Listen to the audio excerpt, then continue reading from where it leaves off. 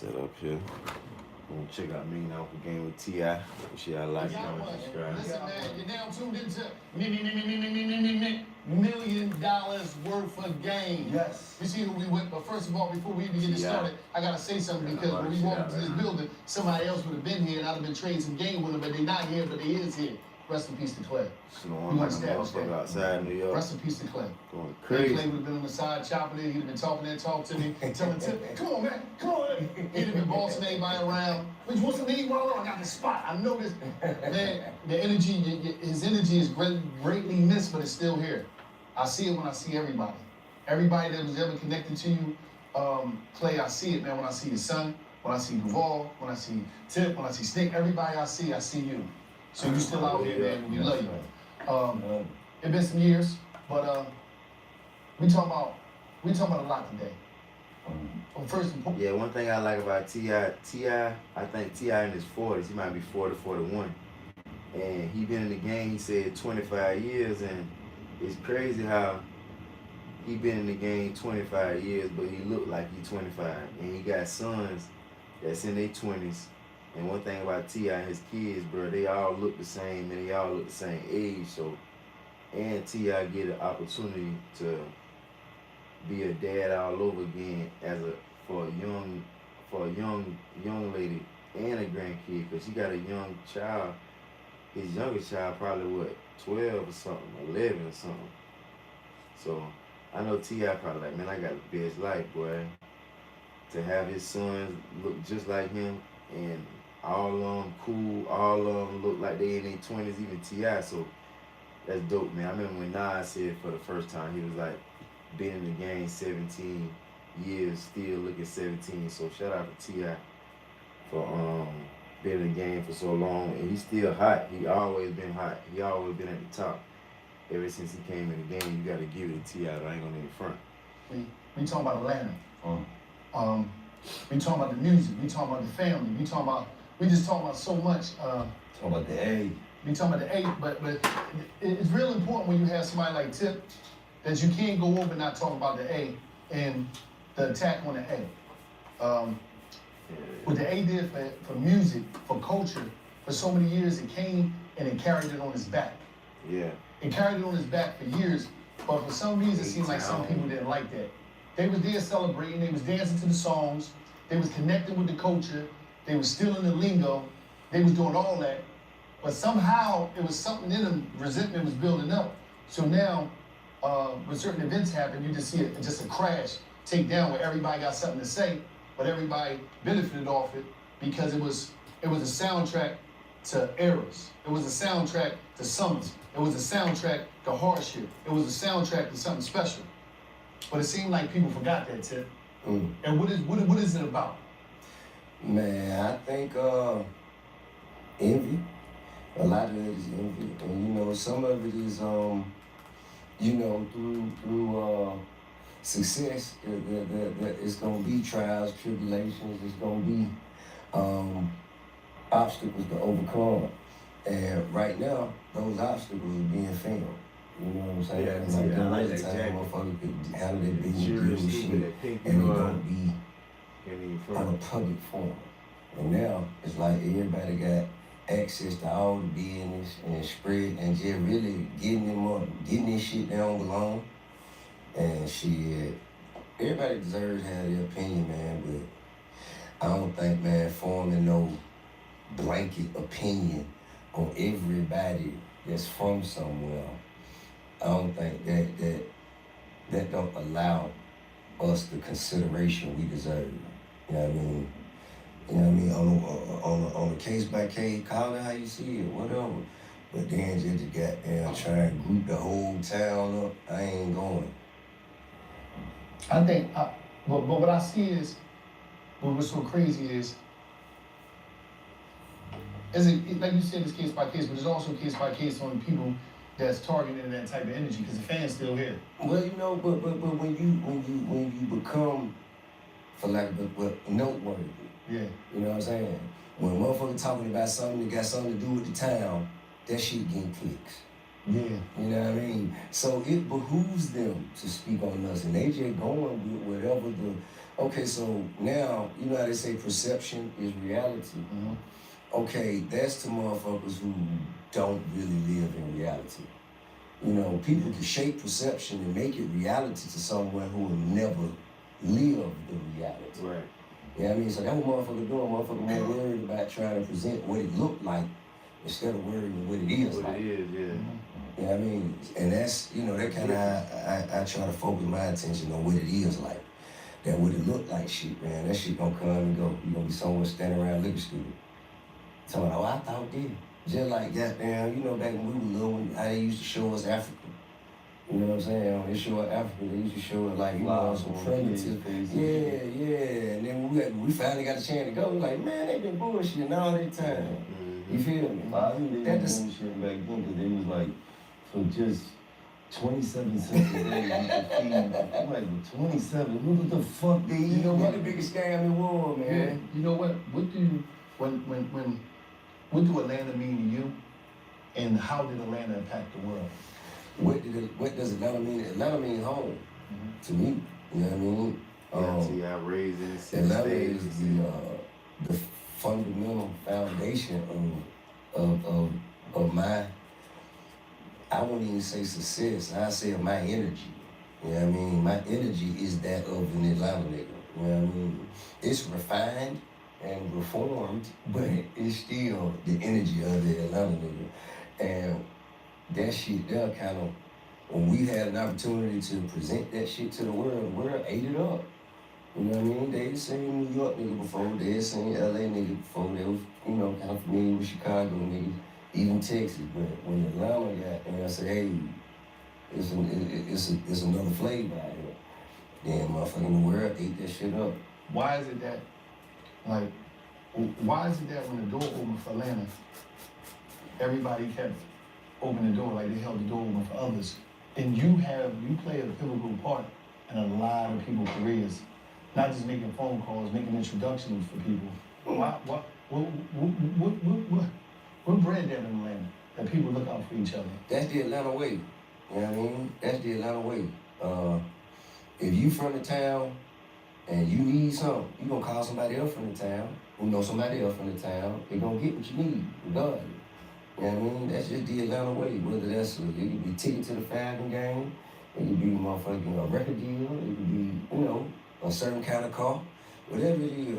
Hey man, I'm looking for such. Word, hold on. You know what I mean?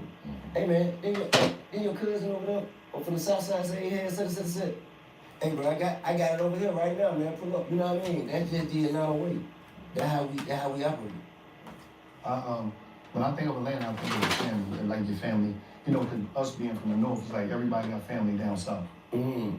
And Atlanta is when I think of hip hop, I think of hip hop belongs to everybody that come from the struggle. Mm-hmm. That's our soundtrack to get through the hardships of our life. Right. But when I think of Atlanta, I think of just family members down the south. And for me, being around, you know, when you're on the outside of the industry and you don't really see what really goes on. Me, I've been in rooms where everybody be in a room together. Right. And I've seen the brotherhood that take place down here.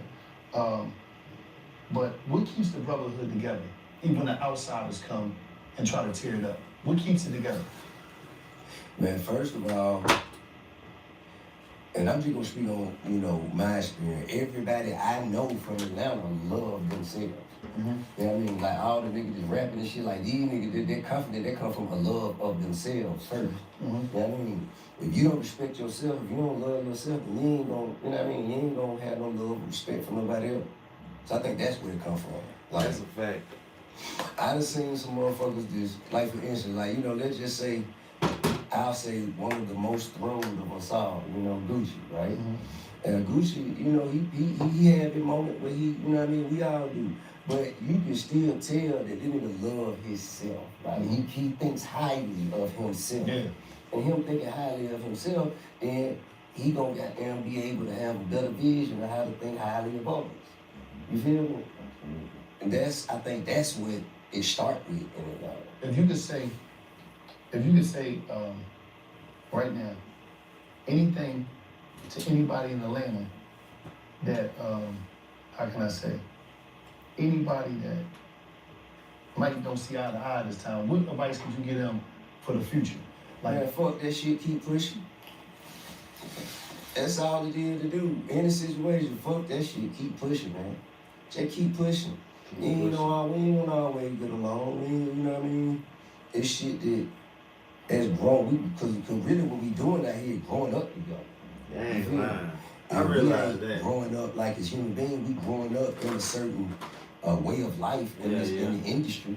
Motherfuckers get in the industry together and blow up and grow up together. Yeah. In this shit, it gonna be some growing pains. Yeah. You can't expect, ain't now one of them gonna be perfect. Yeah. You know what I mean? Where you draw the line, where you draw the line. But at the end of the day, bro, shit, man, success is to be celebrated.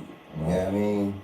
Cause I respect whatever a nigga doing, keeping them from breaking in my house. You know what I'm saying? I want you to keep winning, man. Keep winning, cause that gonna keep you from goddamn trying to break in my house. You know what I mean? The one thing I noticed about down south when I first came down south and shit, even when I was fucking with Draper down in Houston, the South mentality is just way different from up here. Mm.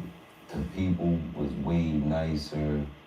They was like, like up north we had this like aggressive energy, like the, you feel what I'm saying? Why is that? I don't know. I really don't know. Like I'm from a city where like 80% of the city is just mad for no motherfucking reason at all. Like we just niggas is just some mad motherfuckers. Like I think that comes from the absence of success and resources. that's You know what I'm probably saying? what it is.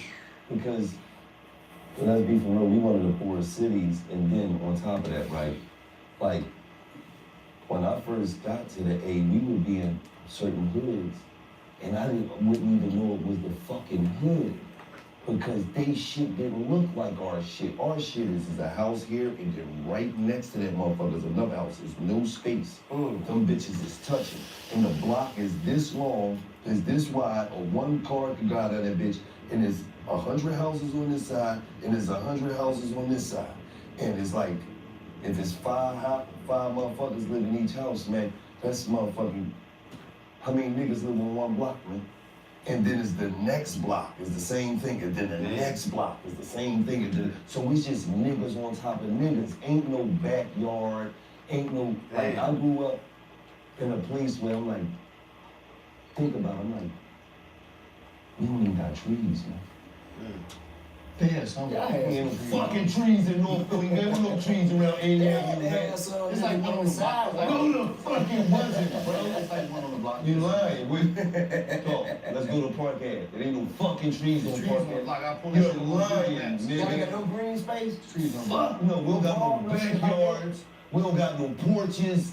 None of that Where y'all shit. had your barbecues at? Yeah, Fairmount Park. We gotta go to a But you can't have a house barbecue? I mean, you'll be out on the block. The same way, same way motherfuckers. You know how motherfuckers go swimming? No, ain't no going swimming. You turn a fucking water plug on the block, and everybody jump in that bitch, and then if there's a fire, the house is fucked up because there ain't no water left in that motherfucker. I done goddamn, I done experienced the fire hydrant shit up in New York in the summer at home. You couldn't believe that shit, could you? I mean, brother, to be honest with you, it just became like a second home, like a way of life type shit. I just counted 2 trees. But on think Park about Ave. it. Fucking 2 trees on Park Ave. Look, there's one. I just Google images quick. This is where I was born at. There's one right there. Hey, There's like, one boy, right that like real cousins, No, man. there's one right here. This nigga act like real cousins. This is my block. So this what you telling me. This is where I grew up at. Yeah. You see how the house touches? Yeah. You see how the house touches? Yeah.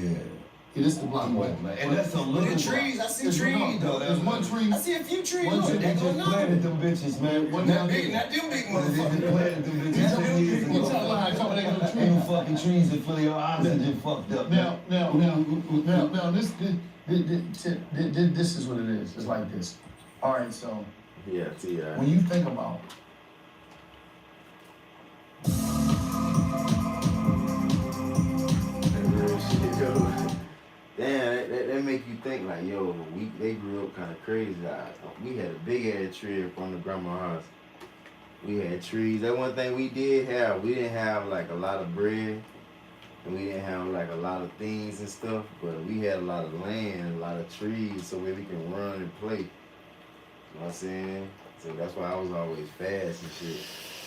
You had trees, you had land, but we ain't got nothing though. But we got fucking trees and land. That's crazy.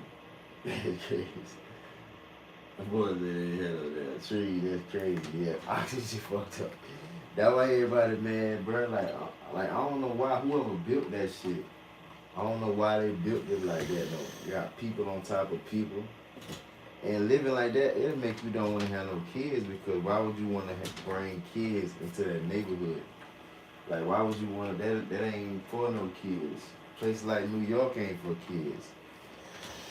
When you go down south, it's cool to have kids because you got room to raise the kids so the kids can run around, play, swimming pool. You might have a little farm.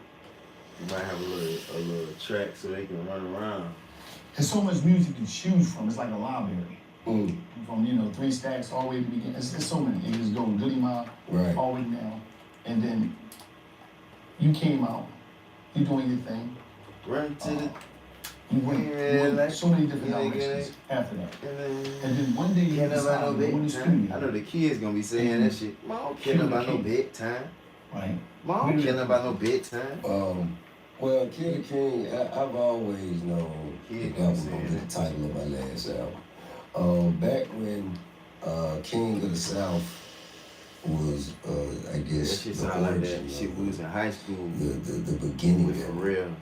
One thing I wanted to make sure I did was speak to all of my predecessors, all of the OGs that, kind of shaped and molded how I view music, that I knew from the South, that I had access to. So I asked, Bun B, Big Boy, 3 Stacks, Scarface, 8 Ball, MJ. Like I asked them all the good mom, T-Mo, Bill, Cujo, CeeLo, I had all of them, and like I was just like, hey, so, you know what I mean? I think I've decided to call myself the King of the South, and like how does that's cool with you, like, you know what I mean? I made sure that they knew it wasn't out of any line of disrespect. And everybody kind of told me the same thing in a different way, you know what I mean? Like, Scarface was like, man, shit, I don't want to be king. You can have that shit, right? I didn't understand it then. Then, Andre 3K says some shit like, well, what does king really mean? You know what I'm saying? Like, and everybody was like, well, you got the skill set and, you have the charisma or what have you to carry you. But Big Boy told me something that stuck with me. He said, yeah, man, you can say it. Ain't nobody gonna have a problem with you, man. Just know that you're gonna put the bullseye on your back.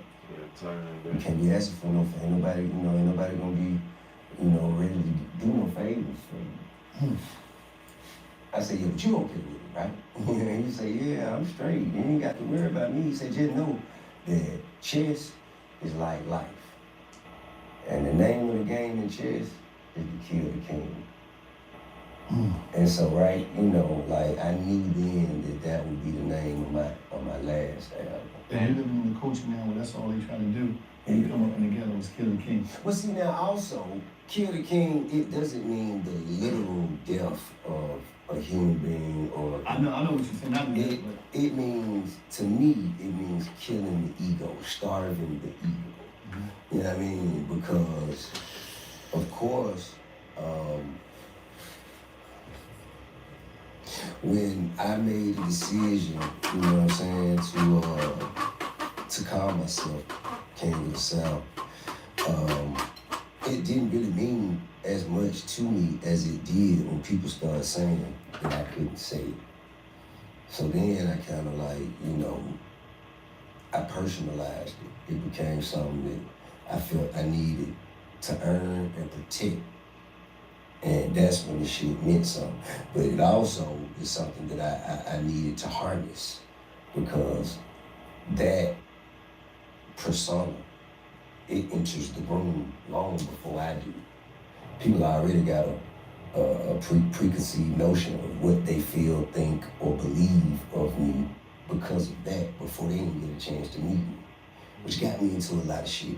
But you know, there were lessons in that as well. Mm. So when you went in there to do this album, what energy did you take in there? Did you call somebody? Did somebody, one of the homies, motivate you? Well, I mean, nah, man, you know, how can I say? So first of all, I do music all the time. You know what I mean? I got a studio, I hear something motivate me, ideas come to my head. I lay shit down all the time, and it just gets to where I've accumulated so much music. You know, eventually people start saying, hey man, think about putting something out? You know, and it's been years. It's been years, and I always said,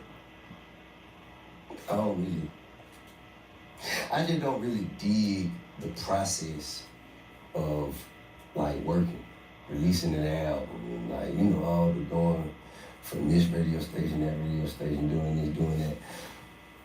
It's important work. I've been doing this shit for fucking 20 years.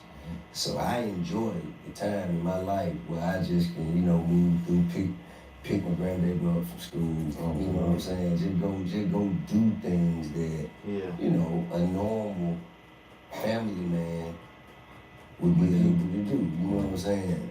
And a lot of times I don't get a chance to do that while I'm in an active cycle.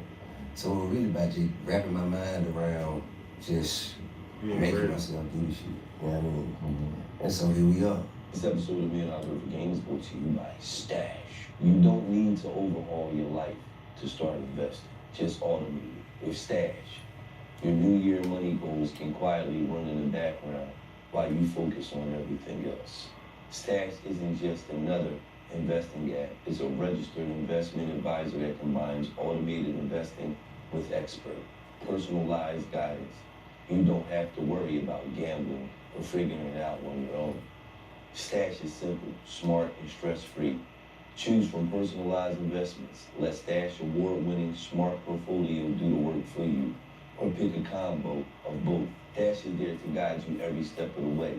Stash Smart Portfolio helps to invest in a diversified, balanced portfolio and on a regular schedule, which can help build wealth over the long term. Yeah, man, make sure y'all like, share, comment, subscribe. Got T.I. in this motherfucker. Yeah, T.I. So he ain't playing, so he should kill the king, kill the ego. Whatever that means. Whatever that means.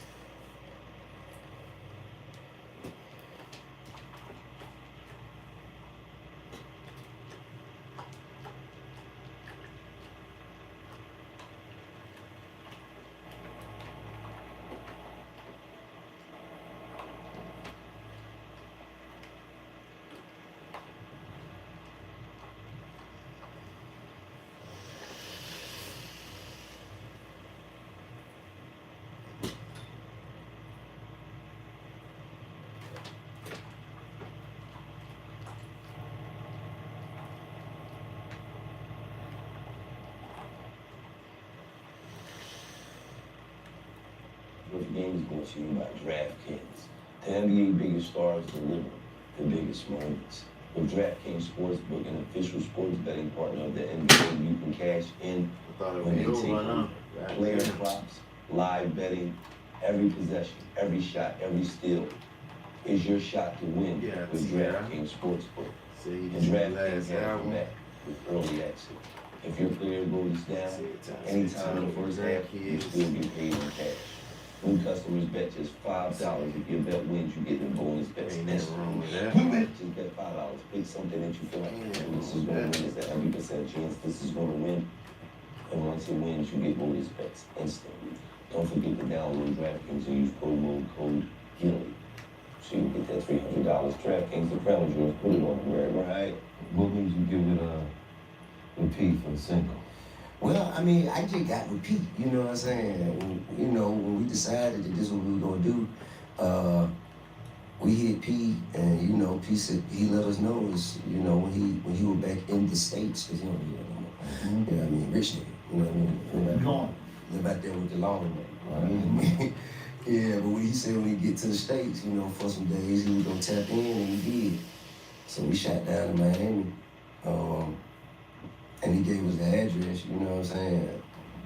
And the address was a boat, a little boat. It was a little boat. And the little boat, it took you off to the big boat. And so we get to the big boat, it's a damn studio on there.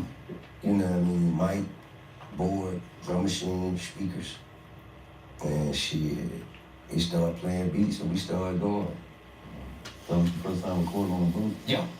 Yeah, I was about to say, that's my first time, bro. That's some different shit. I know you done seen some shit in your life. Yeah, that's crazy when motherfuckers can show you some shit you never seen before. Yeah, hey man, that shit, Did you know y'all was going to record? That's the first time in a long time I did something for the first time. Yeah, that's what I'm saying. That's what I'm saying. You know what I mean? Like, that's some shit when it's like, Tom, we going, I thought he was recording, man. You think you went to the building? Yeah, I didn't know what the fuck. I was just there for the ride. Then you get on another boat, you like, what the fuck? Then you get on the boat, you like, man, is a studio on the motherfucker? Yeah, he's a motherfucker with himself.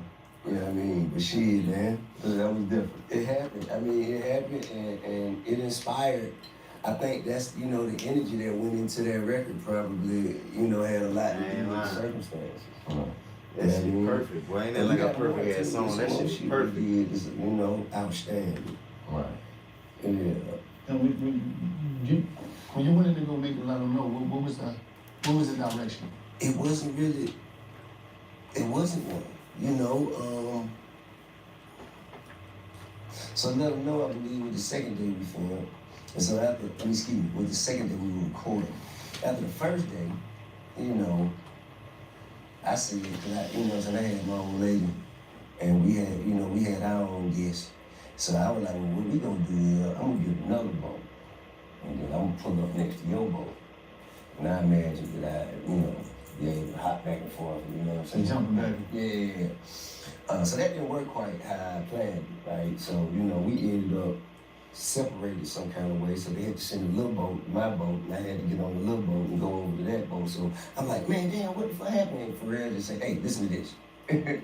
Like right when I was talking, I was like, hey man, what the fuck I thought we would? He said, hey, listen to this. And the beat was down. I said, oh, okay, you on some shit. Shit, and then we just started going. That's like, you know what a motherfucker remind you, you gotta get some more money. That's what he just did to me. That nigga said, hey, cause I need my own, pull another yacht up next to this motherfucker. But wait a minute. And then we can just hop boots. Yeah, but look, but Pharrell owned his boat. I just went and rented one for the day. It was a couple thousand, but it was a few thousand to mine. This nigga done went, that nigga went 50, man. That nigga go 115 footer, man. It's nasty. Yeah, nigga go triple decker, man. Nigga go 4-5 bedroom, motherfucker, man. Seeing the reception of the song. Yeah. Yes, he a bad motherfucker. Seeing the reception of the song, how did it feel? To know that you just came and popped it and it's a...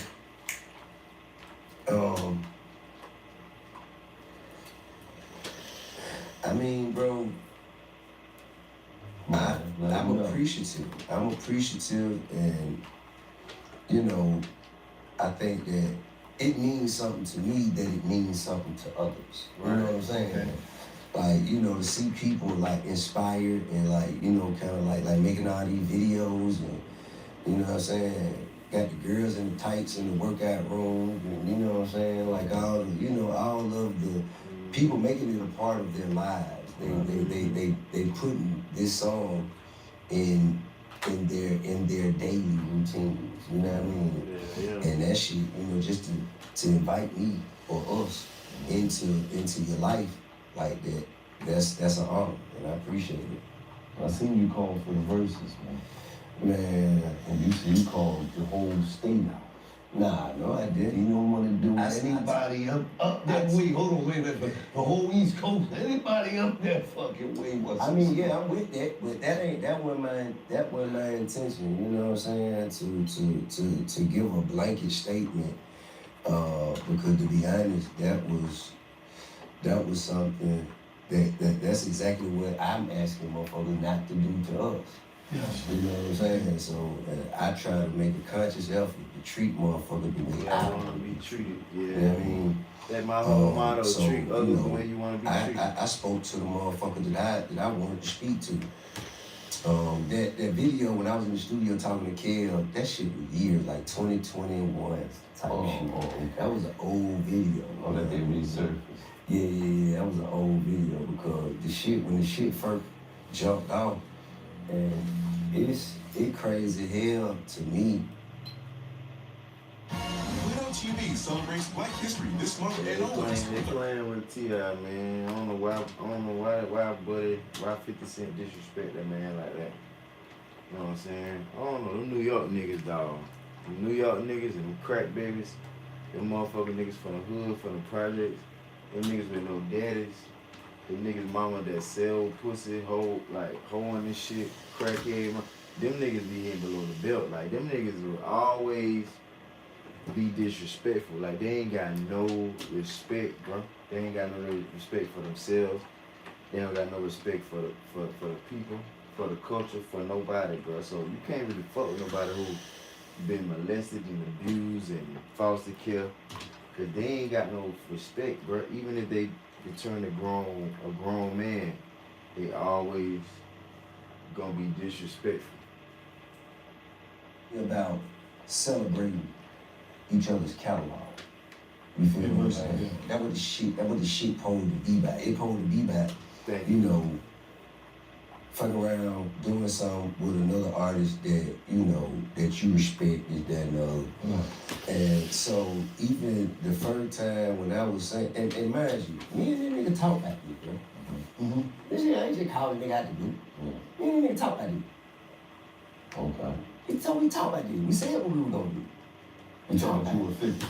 Yeah, man. We talk about this shit, man. This shit just come out of nowhere. And we were moving around in LA, man, selling some TV shows and shit while we were around each other, man. You know what I mean? I said, shit, what you think about this? Like, shit, you wanna do that shit? I said, yes. He was like, all right, cool. So shit. And I told him, I said, well, I'm gonna jump out there first, and then you just gonna jump out there and we'll line it up. And he said, all right. And when I jump out there, nigga act like he ain't know what the fuck going on. And to me, that just, you know, so, you know, at that point, then that's what it was about. And now Lil King done disrespect that nigga talking about his mama. Okay. That shit crazy. It's kind of old though. A couple days, King How about fuck all of it? disrespect his mama. So Fuck all of it. 50 posted a picture of Tiny trying to make her look bad. King. Any nigga gonna goddamn kick that kind of shit, then, you know, man, nigga just say you don't want to do it. All the other extra lame man shit, man, this shit I ain't lying. goofy. So y'all talked about it, you saying? Yeah, years ago. Years ago we spoke about I it. think it'd be a great battle, though. I don't think. Man, that shit ain't gonna happen. That shit ain't gonna happen, man. I don't want to stand on stage with it. I had no interest in standing on stage with that nigga. I don't respect him.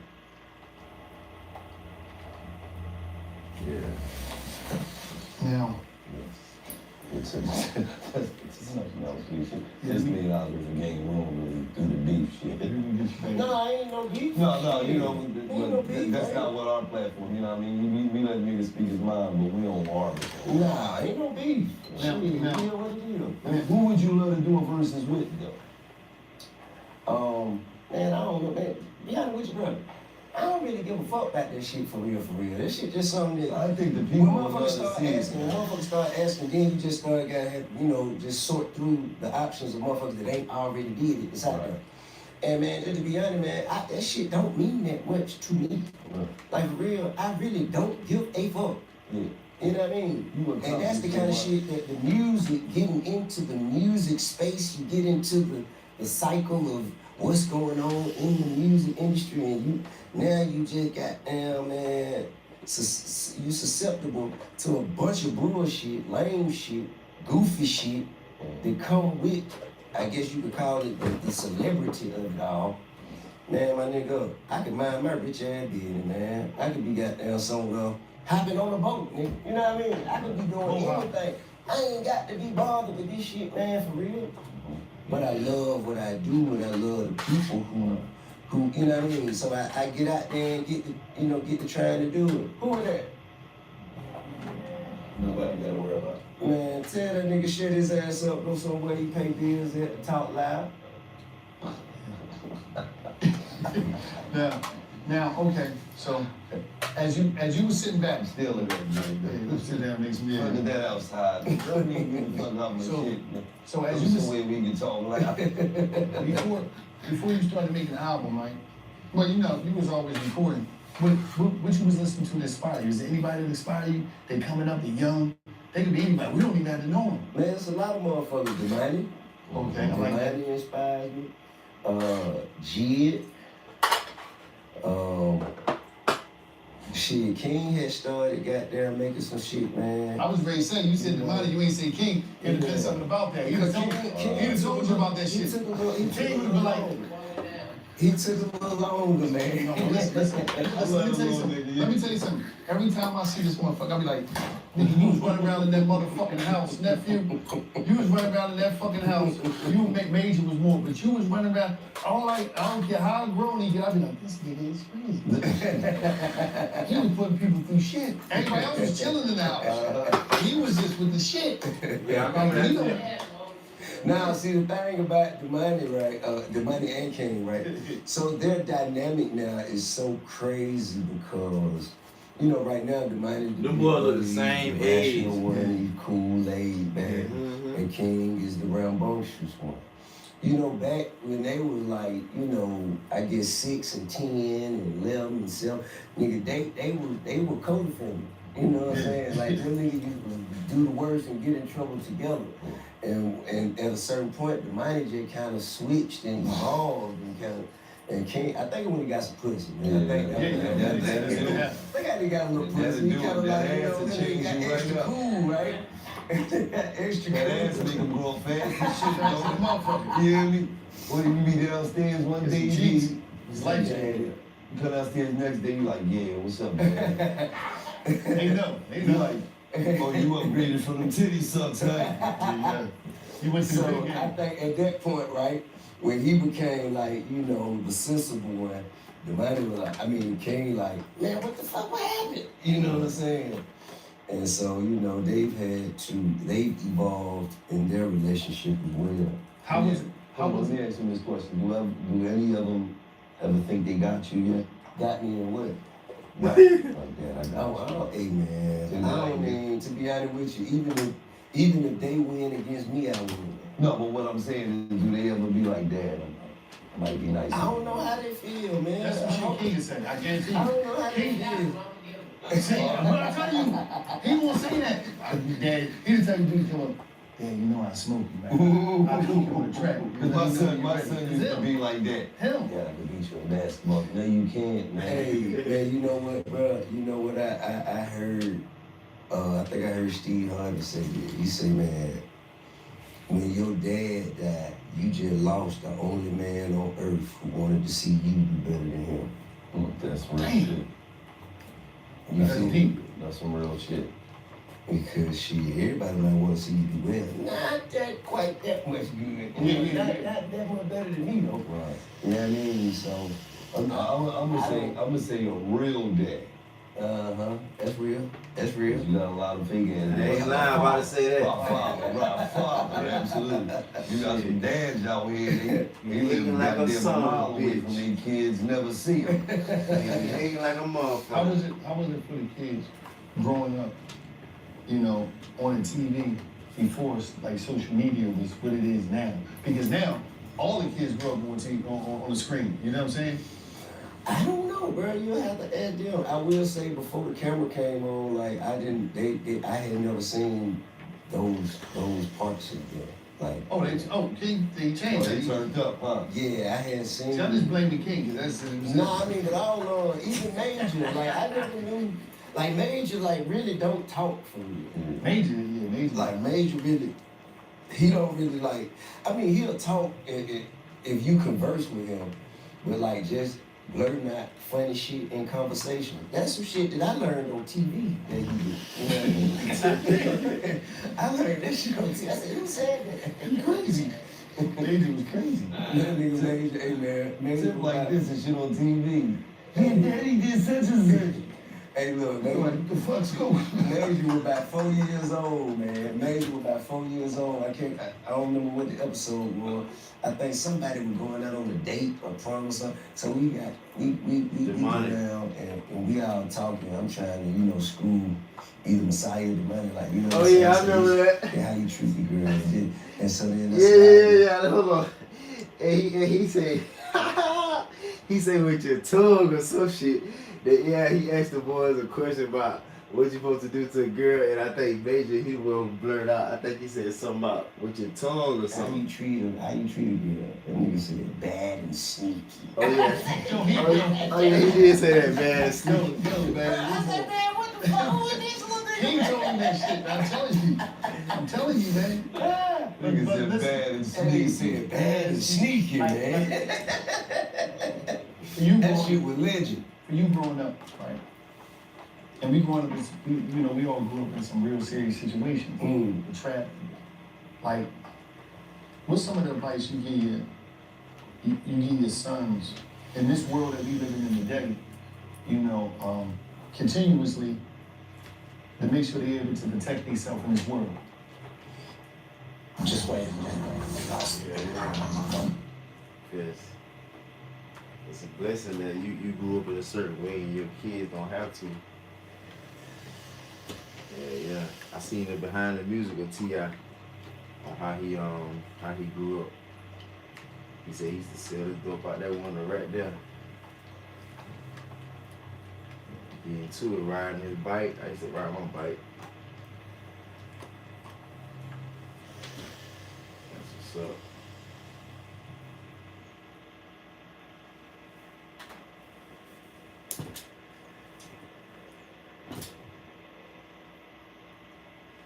That's what's up. Firearms training. Okay. They been the firearms training, so you know what I'm saying? They done been through the how to handle, you know what I'm saying? And so shit, bro. Don't be out there lacking. You feel me?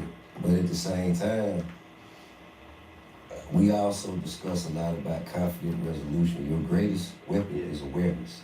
Yeah. You know what I mean? Being aware of what's going on around you, how people move, and checking body language. Yeah.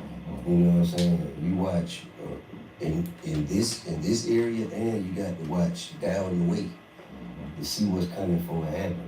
And when you hear their voice say, "Hey man, they go get the hell on board," regardless. And sometimes you might leave and don't nothing happen. You know what I mean? So, but get used to listening to that voice. Yeah.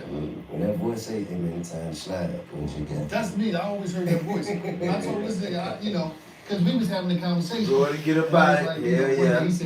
He said, man, he always, man, you always pussy. You was a pussy. I said, let me tell you something. Let me tell you something about the importance of being a pussy, right? I can write a book called How to Be a Pussy, right? Because I'm just being straight up. Because I said, do you know how many dudes in the graveyard wish they was a pussy for 1 minute? You know how many dudes in jail wish they was a pussy for because it only take 1 minute to catch a case, it only take 1 minute to get shot. That's When the real. motherfucker pulled out, nigga, you had to kill me. Less than No, that. when he pulled out, I was all the way down the street. As soon as I seen the bulge and I peeked him, I wasn't the dude that wanted to wait, Tip. I'm not waiting at all. Because listen. I didn't want to listen. This is what I didn't want to do. No. I didn't want to be a tuxedo. I didn't want to be a tuxedo mannequin. I wasn't trying to throw no suit on and have it on forever. Yeah. You see what I'm saying? Because the way this shit goes, you're a tough guy, you gotta wear a suit. If you wearing a jail suit, Yeah. or you wearing a suit that your grandma and your mom gonna put together to you, this gonna be the suit. You know, nigga, the first time some people, I'm gonna pick mine that. see, you gonna pick it out, I'm gonna pick but mine. most dudes, they never wear a suit in their life from the hood. The first time they wear a suit is in the I casket. remember they said that. That's the introduction to most suits for dudes. Mm. They talk, no, straight up. Where the fuck they going at? Where the fuck? I'm saying we're around the way. They ain't going away. Little ride, die, go to today's man. They got something to go to court in. No, listen, but they don't understand the day. No, yeah, the suit you go into the court in is the one that they have hanging behind that everybody wears. Go let your first suit be like this, nigga. You know what I'm saying? But think about this shit, Tip. So fucked The up average, shit. when we came up, Tip, you gotta think about it. It wasn't like we was going away. We Y'all was nigga crazy hell, man. I ain't lying. Them boys You like- remember I told y'all nigga need a TV show long Yes, you long did. time Yes, you ago? did. Yes, you And we did. still live family. Yes, you I'm like, did. hey man, I want to give y'all a show, man. This nigga right. Yes, you did. That was before the podcast, before Yeah, anything. Y'all niggas was just tripping. Every time y'all entertain the shit. No, but this nigga be on some bullshit. Like the nigga just told you, think about this. This is the shit I gotta deal with. He just told you, yeah, there wasn't no trees. Where the fuck you did? I've never been nowhere where I didn't see a tree. And them trees in Philly, man. You trying to say there ain't no fucking trees? I just showed you 5 trees. Google my block. There's not enough trees. It's Not trees enough everywhere though, Tim. Fucking trees. They say, yeah, we didn't have trees. I don't understand. I don't be understanding this shit. And that's where your granddaddy you tell you he walked Is it 15 trees? miles to get to school. Yeah. Like, how the fuck you did? But I ain't lying. Yeah. he was Is saying, there trees around your way? but it's trees. But listen, When we go out here, it's trees. it's trees. There's trees But everywhere. you said there was no Think trees. about this. You You said go I outside, was there's trees everywhere. You Oh, just see. shit. You go to Oh, Philly, you shit, just see man. beat up ass houses, man. There's trees everywhere. That's it, you don't know, make no shit. sense. No, it's not. But this is what happened. We was having a conversation, and the conversation, that's how the whole pussy thing come. He told me, man, I remember, you know, every situation, he told about a couple of situations. He was telling me some this one youngin about these back in the day. You know, older dudes love to talk to the youngins about back in the day. Right. He's one of them niggas. So he told me something. He telling the young boy, yeah, because I remember, what's the name, we was coming down, what's the name, block the bulls, stand there, and we ain't jump off, follow, ran first. The fuck? What was I supposed to wait? Tip, think about this shit, Tip. It's not my job to activate your motherfucking feet. You know that ain't my job. What I'm supposed to say? Oh, no, I seen danger. I'll get the fuck out of here. What the fuck is we doing? I always was a track star. Did you at least say, hey, let go? No. No. He see the same shit I see. He gonna tell He older than me. Listen, and this was the biggest word he ever said growing up. He said, "Cause you're not good at de-escalating the danger, man." I was like, I didn't know what the fuck he was talking about. Like, what the fuck he was talking Let me see, Dad told you. You keep Conflict danger resolution. going like, yeah. Oh. As soon as you see a motherfucker, oh, man. We went to school together, man. What you fucking I told one young boy, right? He told the young boy, I told one young boy, I know your fucking pop or some shit. No, listen. I seen one young boy one time. Oh, shit. He said, damn, you know, I seen that shit was like this. Anybody that got a shirt on, and see, you know, the young bloods is crazy. They want you to see it. No, they have a tight shirt on with a gun like this, hanging out the shirt. No, I'm like, Neff. Like, you got this, you know what I mean? Like, Neff, go. And then another joint you gotta do, see, this is a classic joint. See, I tell him anywhere we go, because we be in some dangerous places sometimes. So this is my first joint. As soon as I see some shit and it get a little rough. Yeah. Make sure you use this shit, King. Don't get crazy. In the process, because I'm an old head, I gotta think a little faster. Young boy come this that third one time. I'm like, damn, they strapped the fuck up, Gilly looking a little aggressive. So the first thing you do, Tip, this is, and I activated this before, don't, you know what I mean? This, that, and third.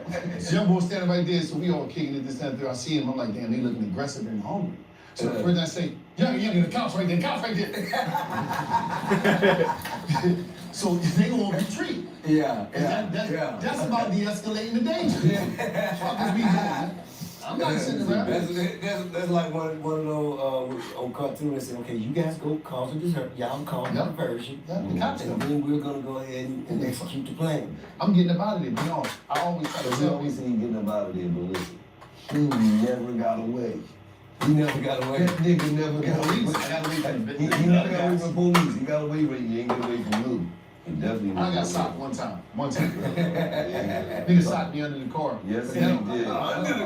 No. He stopped that nigga. That nigga fell, and he went under the car. He thought Lou was about to stop him. I went right under that He motherfucker. went over to that motherfucker. See, think about this though. Oh, I ain't gonna lie. Tip, you gotta It think was about the this. first time, and I think the only time I didn't jump in and help a family member. Shit sound like a 22 went off, man. And Lou got dead eye. He turned around and looked at me. Everybody, oh, that shit between you and little See, cuz, what I'm man. gonna do is, I realized because listen, I realized You I'm gonna tip my shit like that. Lou was like that. Lou had a Lou was like dead that. eye, He's hustling. rough looking nigga, husky ass nigga. And every time I done jumped on pussy, that nigga hit while I was like, wham! God damn. You know one of them drinks where your body's stiffing up? That nigga fell, he did some shit like this. Lou wasn't even about to kick him, he just slid up under the car and said, yo, nigga, like he worked at Jiffy Lube, yeah? No, you know, Tip, like for me, I'm a reasonable person. I deal with logic. Yeah. I don't deal with none of that tough shit. Cause you gotta think about it. I spent all that time in jail and it's like everybody was tough. Right. And I was like, okay, this shit ain't working. Cause tough, I realized that it didn't work.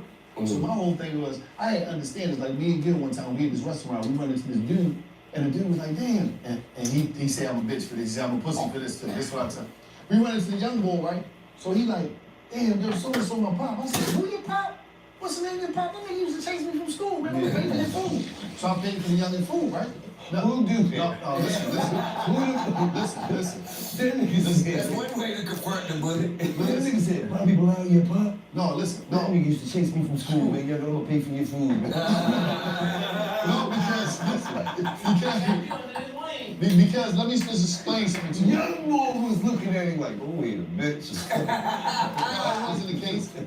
I'm about peace on earth, man. Conflict resolution. That's right. You gonna learn some new shit from Tip now. No, I've been You would never heard you say that shit. Now Tip said it, now you wanna keep it beat. No, your version of that is me being a pussy. It's the same word, but it's different. You know what I'm saying? It's different. But Tip, now you got multiple.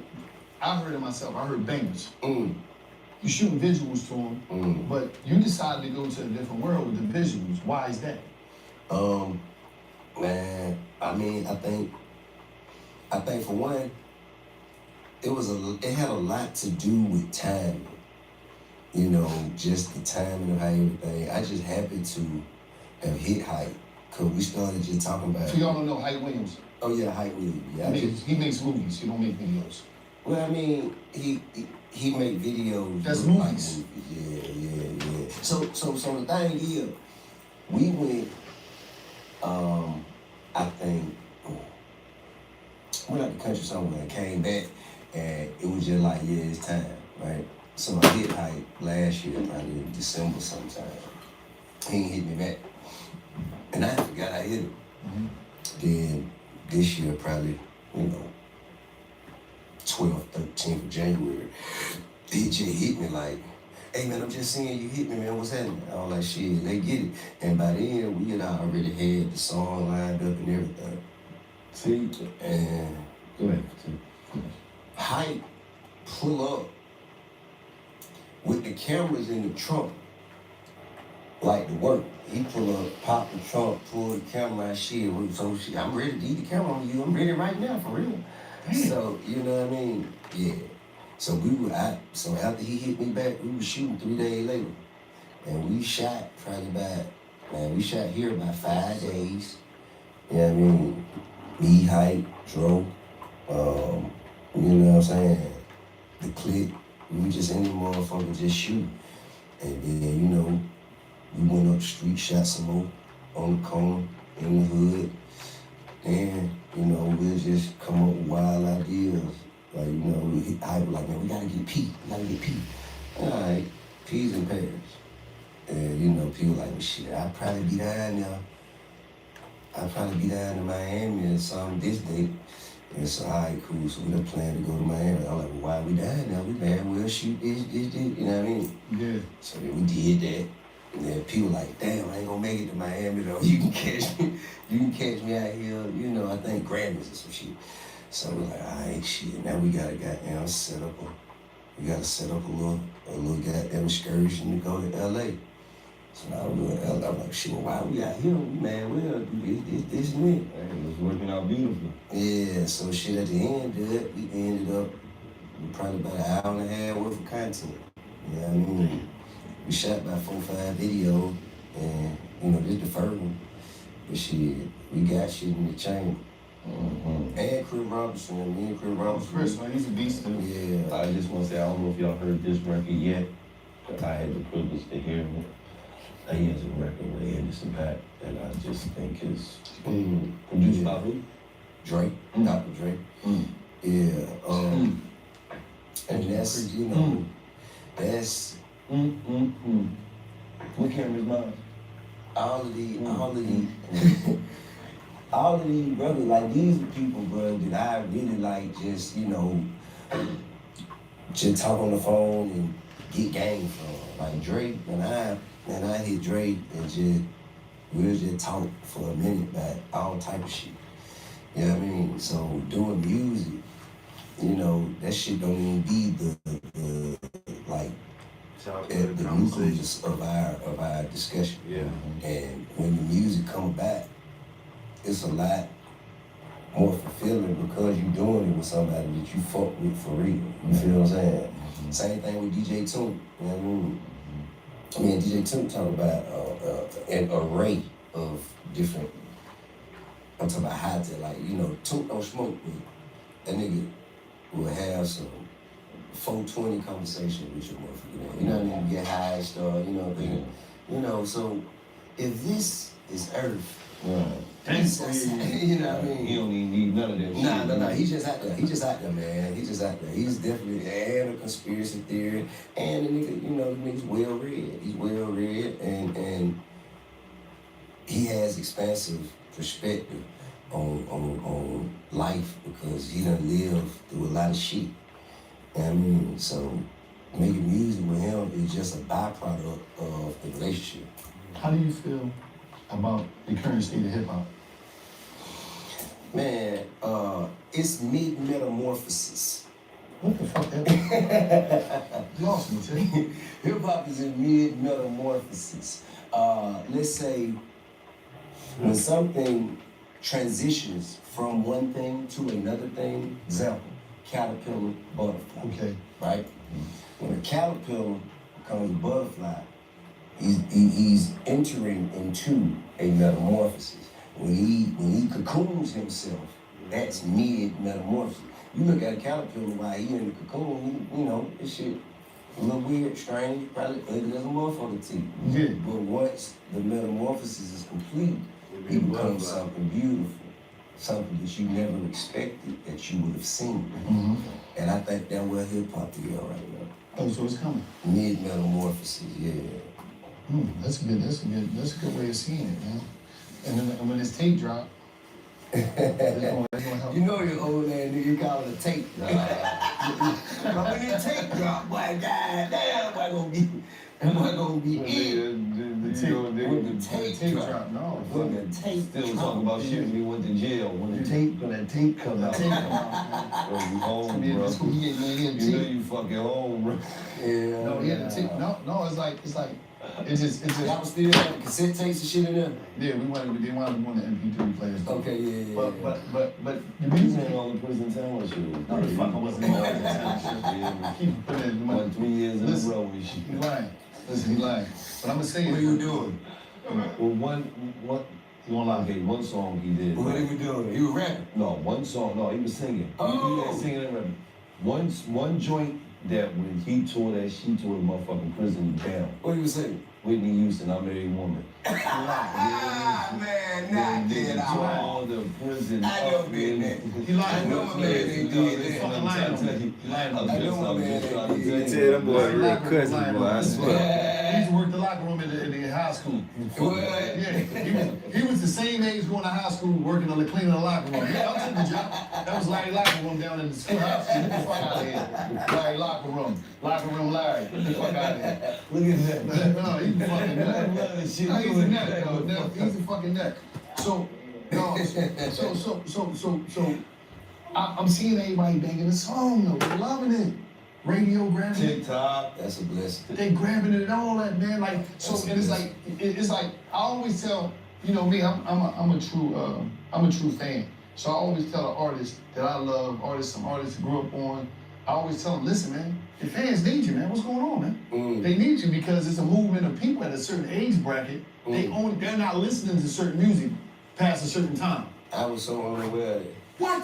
They're really being starved. They're abandoned. There's a whole movement of a certain age bracket that's abandoned that they got jobs, they got careers, they buy hard tickets, they buy merch, Right. and they want to dance. Right. And they like to, when they look at it, they like to dance to something that they like. Right. So now it's like, oh, Tip got something. Not only is it new and it's banging, but we can also hopefully get a tour from him. We can get this catalog. Because this record, right, like, when you a legend, which, Tip is a legend, and you get a hot record like that, all it is a reminder of, I'm still that nigga. I'm still the shit. I still got that flavor. I still got that. I still got it. I appreciate that. I could take some years off. I was unaware of the fact that people had done it.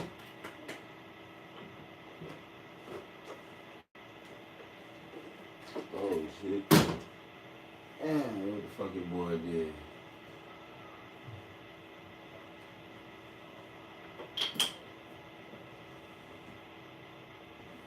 Still fucking.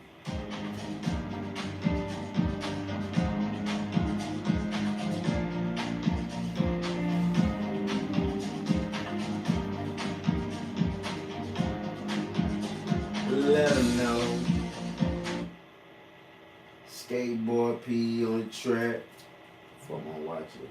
I'm gonna watch Office on naked. But I have to watch after the shower. Skateboard P on the track. Like this, got a pocket full of crack. Oh, we know it's something. Oh, you know it's so sick, you know it. Get your bitch back, let her know.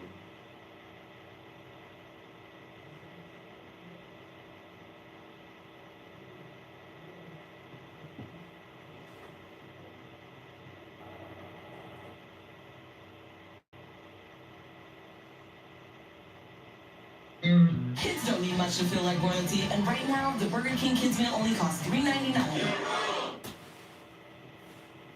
Yes, it's true. I still have acne, but I found a solution that works. Neutrogena's new evenly cleared cleanser.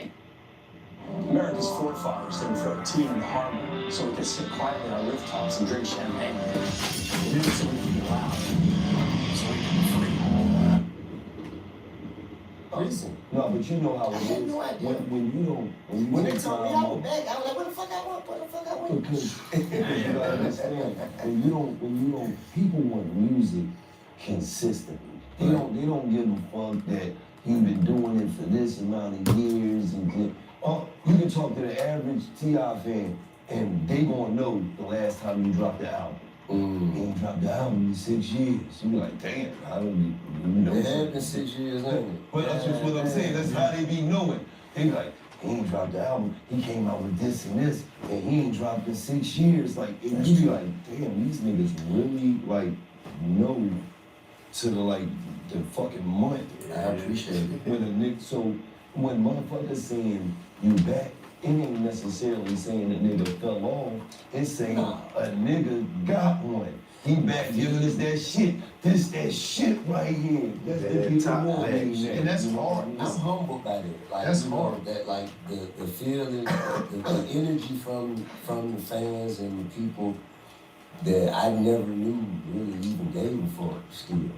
You know what I'm saying? When I say that, what I mean by that, like you say, people got careers, people got children, people got lives, people got their own agendas. You know what I mean? And I never knew that people at that present level of life is still listening to music. You know what I'm saying? How about this? I thought, you know what I mean? I just did. Maybe I hadn't thought about it at all. I hadn't considered it at all. What we do, and it's sad, but I realize what we do, well, rap music, right? And we gotta stop doing this shit. We put ourselves in a time zone. But you mean to tell me, like you said, you ain't have realized that people still listen to it? Yeah. Don't you know how grandma and grandpa be 70, 80, and they listen to Marvin Gaye? They listen to James Brown? Yeah, but they listen to the old shit. Yeah, I understand that. Yeah. No, I'm just saying, music don't die. That's true. And when you connected to somebody, it's like it continues, and people, like I said, people want to hear it. But our culture made it believe that, oh man, you're old. Nah, it ain't no such thing. Music is a sound and a vibe, and it don't have no age. Right. When your music came out, when it connect, it don't have no age on it. Right. It's a sound and it's an energy. So when you're thinking about music, it don't got nothing to do with how old, what age somebody is. It's about do this shit connect, do it resonate with me, do it connect with the vibe. Is it the soundtrack of the summer, or is it the soundtrack of what's going on in my life? Is it the soundtrack of this bar? They don't give a fuck. You can't put no age on no motherfucking banger. Right. And to be able to make a banger. And this point, just your first one, it ain't no, you know how people gotta work records? You didn't have to work this. You went in the studio, made it, and it just, that's hard. And this day and time for people that's relevant. It's people that's relevant. I see them drop, you see this, y'all see this all the time. It's people that's relevant now. I just seen them drop 6 songs in the last year and they ain't go. Today we're styling the number 19 back merch. I just think this is so cute, so timeless, so classy. I love a brown bag. It can go with any outfit. Real talk.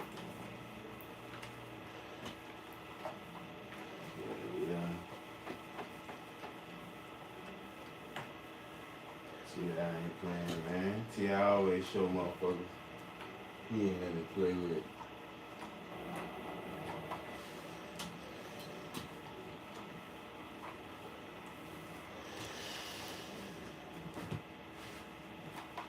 Yeah. Might go walking tonight in the snow. I'm gonna suit up.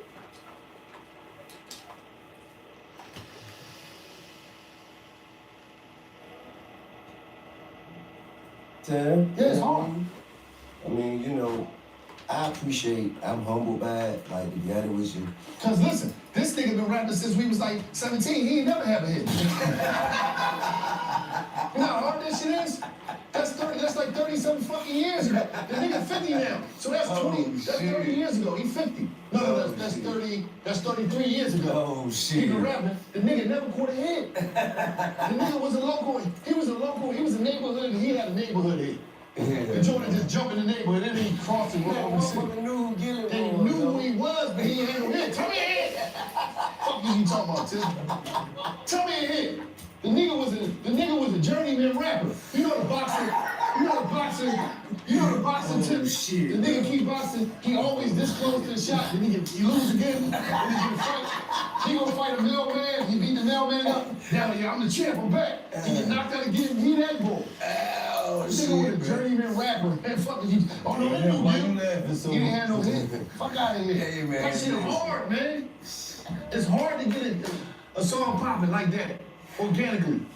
Man, and I'm humbled by it. I appreciate it. Nigga was doing shows in bars and shit, man. He the first rapper that went on a bar tour. That nigga did every bar in the East Coast. He had a flyer back in the day doing bars. You nigga, you don't do bars. You know, see, they don't know that. They think about lounges. A bar hold like 15, 20 people in that bitch. Shit. He was doing bars, man. Corner stores and shit. Yeah. You see what I'm saying?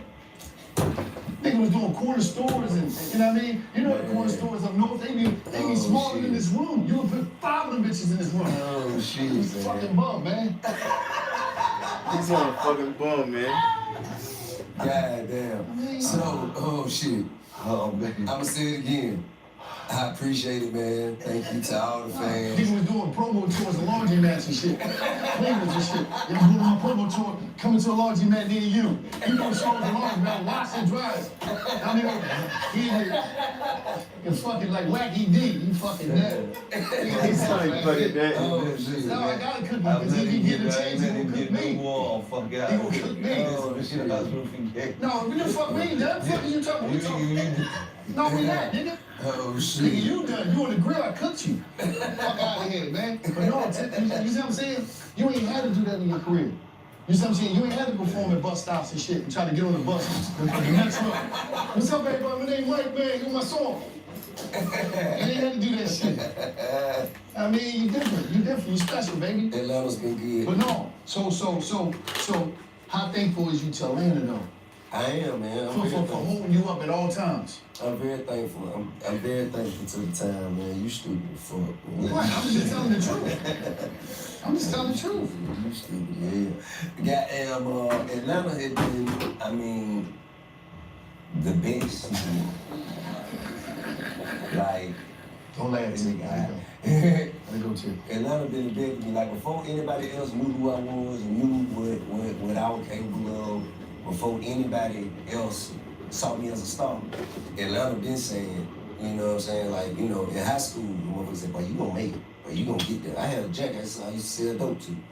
He said, T, you gonna be somebody, you know? You know what I mean? For real, Jay told me that, man. Let me ask you, was he like, T, you gonna be somebody, you get too big. Nah, but I will tell you this. I did goddamn give him two for like $17. You know what I'm saying? I did give him two for that motherfucker to tell you anything he tried to do. It was hit for a fifth time coming that night. You know what I'm saying? It was hit for 30. But no, he said it. He didn't say it before. He said it after. You know what I'm saying? But I think his point was, he said, because everybody, you know, they try and look at us like we lesser than. We just gotta have it like anybody else, man. You know what I'm saying? You deal with people like they real people, man. And that's gonna take you a long way. You gonna be somebody. That's what he told me. Took like $30. Yeah, come on back. That'll be 33 the next time. I remember what you said. No, you know what? And I just want to touch on that because I think we live in a time that was real important what they said. And I think no, let me touch on that now, nigga. Yeah, nigga. You know why that was a good lesson that he taught you? That how you don't look down on people, right? Because he was locked up, right? And a dope fiend come through. And the dope fiend get put in the cell with this nigga. And this nigga called himself bucking his chest out. I didn't do that. Yes, I didn't do that. No, I didn't. Jumped down to the dope fiend. Listen, man, you know this drink right. We keep this drink clean. You know, you want some real live prison shit. We keep this drink clean. And listen, man, with none of that bullshit. I ain't do that. But dope fiend waited like 3 months. Was out there running around the yard and all that. Came in the cell one day and said, hey man, come in. What's that shit you told me when I first got here? Say that didn't happen, Dick. No, it happened, but I'm gonna explain what happened. Can I explain what happened? What happened was into UBM. You hear me? Oh shit. Ultra bitch mode. No, what happened is. Oh, he got it way back. See how? Yes, he did. Oh, he got Cavens fucked up. I don't do that. He waited 2-3 months. Got his way back again. Hey, come here. That's the shit she was talking when I first came in, nigga. He told no, oh yeah, I'm saying it wasn't even right. No, what happened was when he was in the cell, he was a little messy. So I said, yo man, we don't do that here, man. You know what I mean? Boom, boom, boom, boom, boom. Yeah. Just like I said. And I told him, and so when it came down, I said, you know what? I said, see what happened was, I got off the phone with a girl, and my energy was a little off when I said what I said to you. I didn't mean to say it with that type of hostility in my voice. Yeah. If I offended you, I'm gonna take that back right now.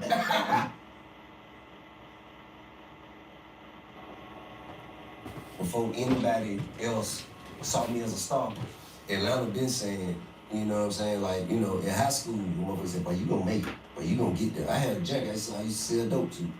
He said, T, you gonna be somebody. You know what I mean? For real. Jay told me that, man. Let me ask you, was he like, T, you gonna be somebody, you get too big? Nah, but I will tell you this. I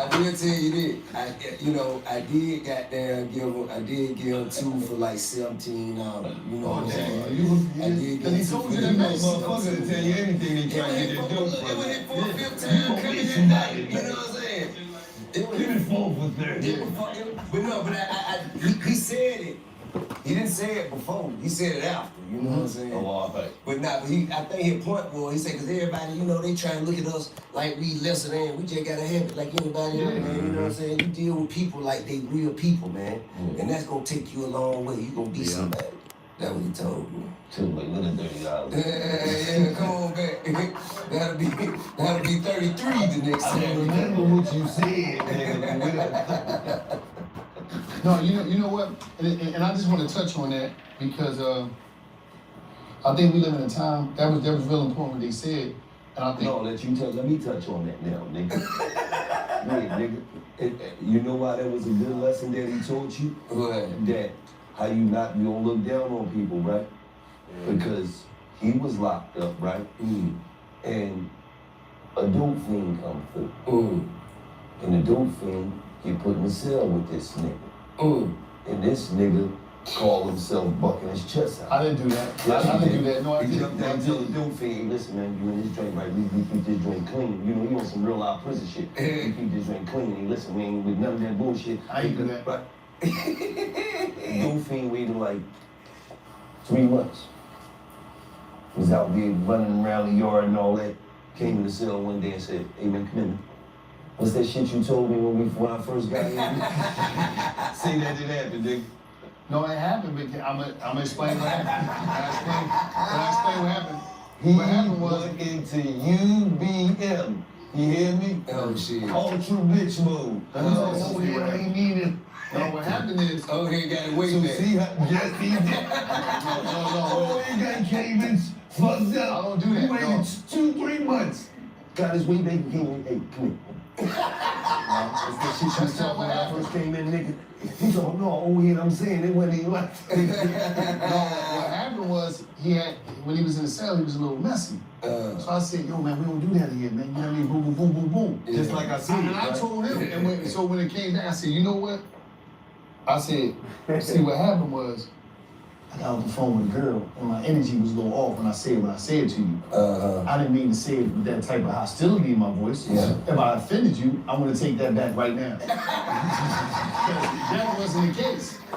That wasn't the case. Ultra bitch move, right? No, it was an understanding. If I offended you, If I offended you that time, because the way she made me feel that day on the phone, Oh shit. I couldn't connect with what was going on. That baby. But the girl on the phone, and I can't admit it. And that wasn't for you though. Yeah. That wasn't for you. What did he say? What did he say?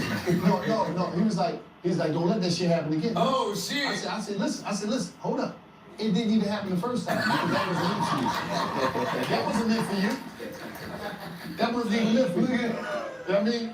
That wasn't meant for you. And I need you to know that listen, you just came from working out. I'm ready to make something. You want some of this food? We ain't gotta get it. We ain't gotta get into all that, man. Oh shit. He was too big. Motherfucker was listen, you know when a dude come back to jail Yeah. and they reconnect with their energy, they get all that poison out of them. Yeah. And the motherfucker get on that weight bar, the dip bar and all that shit. Yeah. Dudes be having muscles for no reason. Y'all had weights in them? Yeah, they had the real weights. They had weights for Yeah, real? the joint they could take what? a hit you in the head with. nigga called me one day, motherfucking, he in the yard, the motherfucker slapped a nigga in the head with a weight. Damn. He called me to me, I just had to go lay down for 3 days. 3 days? He said, cuz, he hit this nigga in the head with a weight, man. My whole stomach, everything just turned. Man, I went in that cell, man. No bullshit. You think I'm just focused? Listen, I went in that cell first when it happened, cause I'm the type of person, I deal with logic, you know? I don't want, we don't have to get, a misunderstanding about what's going on, but I had to reevaluate where I was. I said, hold up. I'm gonna go in there, I'm gonna sleep, and hopefully when I wake up, I'm not here. Because what happened, and then one day I slept because I had to sleep to trouble the week, but I woke up, I was still here. And then I spent that whole day, and I prayed to all the guys to try to say, please get me out of here. Whoever came up to give me a shot. Another nigga got slapped in the head with a weight. No, I was like, man. That nigga hit you hard. I mean, No, he must have hit him hard. Man, He listen. must have hit him hard. My life is. So you said the nigga who got hit was outside before you? No. He was back outside before you. Yes. Yeah, oh yeah. What was it? I didn't need to be in the yard. Why would my presence need to be blessed in the yard? I don't need to bless you. I just myself. It's safe right here. See, you know what's crazy? I always said this, right? I always said this shit because he was like, yeah, man. He say, man, you used to be out the way in jail. Hold up, but I was supposed to be in the way? Because I'm trying to figure out. This is what I'm trying to figure out. I'm in jail. There's a bunch of niggas that love to be tough there. Yeah. I gotta get the fuck out of here by any means. So let me go do all my programs, do everything I'm supposed to do. Yeah. Excuse me. No, sir. I didn't mean to step on your shoe. Yeah. And my mannerism game got extraordinary in jail. Yeah. I mean, and I said, I just wanted to make it home because it was a dangerous place. Basically, he only gave some ass up a couple Get the fuck out of here. Oh, shit. This nigga, man, listen, man, don't pay that nigga no attention, man. Get out of here. Get the fuck out of here. Hey, man. You love that shit. You love that shit, King. You listen to this dumbass King. King, don't listen to this nigga. That's why I'm telling you, King. King, listen, King. Don't go to jail, King. I'm telling you, man. Hey, man, in my experience, I've seen that, you know, if you get into some shit in there, you were looking for it. Yeah, Nobody go in there and mind they business, man. You gotta ask for whatever you do. You gotta ask for that. And the movies be fake because you'll see people and it's like, I'm gonna tell you some shit. And I know people gonna think I'm crazy. I know y'all gonna think I'm crazy. The most respectable place I ever been to in my life was jail. Yeah. I never seen human beings respect. Meaning, Right. I done seen dudes in the chow hall, like bump each other by mistake, and they would sit there and have an apology contest. No, my fault, brother. No, my fault. Because they understand. No, my fault, brother. No, my fault. Somebody come, bro. Yeah. It'd be a battle because they understand that if me and you go through it, your section, my section, gotta go through it. And now people can't go home. So it's about leadership in there, and it's about responsibility and understanding and not being selfish. Right. Because a lot of these, if you look at the coaching of shit crazy. That's what's up. I've been in New York, like I bumped somebody, excuse me, pardon me. My mistake, you know what I'm saying? You gotta have respect. You gotta carry you a long way.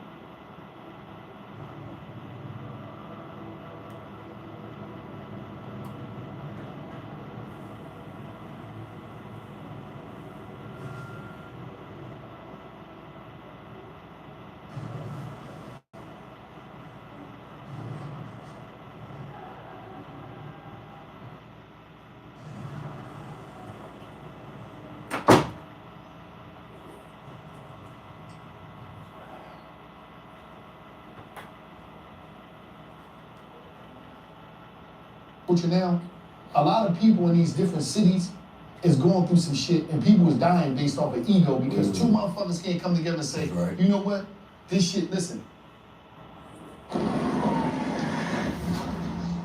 He right though. Two people can't come along and say, hey bro, I was wrong. My bad, I didn't know. Sometimes you didn't know. You know what I'm saying? And sometimes it be a misunderstanding. That's how it is most of the time. I don't give a fuck what nobody say. Like if you ask everybody, every young nigga why they beefing with who they beefing with, you will be amazed why they stupid ass beefing. They beefing because they don't even know. They beefing because they think such and such got a problem with them. They beefing because of a girl. And they don't even know another nigga fucking that bitch. Like, I remember when I remember niggas used to fight over a girl. Like, say, you know how stupid you gotta be for these two niggas to be fighting over a girl and she fucking buddy or she fucking buddy? Like, that shit crazy. I remember when I was working at this fast food restaurant and this older girl wanted to give me some pussy, but I had respect. And couldn't find out her baby father was in the cook. She was working in the drive-through line. I was like running out, getting food, making plays, making money on the side, all type of taking tips. They was kind of like on the radio shit, and I had respect, bro, and I was like, nah, I ain't gonna do that because she already got kids, and plus her baby father work here, and I thought about that shit. I said, man, if she messing with other, then I found out she fucking with other dudes. So I was like, yo, she fuck with other dudes. Why would I be worrying about buddy? But I try to have respect. But you gotta know a lot of problems come from not resolving it. And another thing, if you meet a person that you got a problem with by yourself at a neutral place, you'll be amazed how they feel about you or what they gotta say about you. Because they ain't gonna act the same way when they around a bunch of people. If you catch that nigga at TJ Maxx, or if you catch that motherfucker in Walmart or Target or CVS, Dwayne Reed, any type of place where normal people go, man, you will get a different response. But you gotta try that to be by yourself.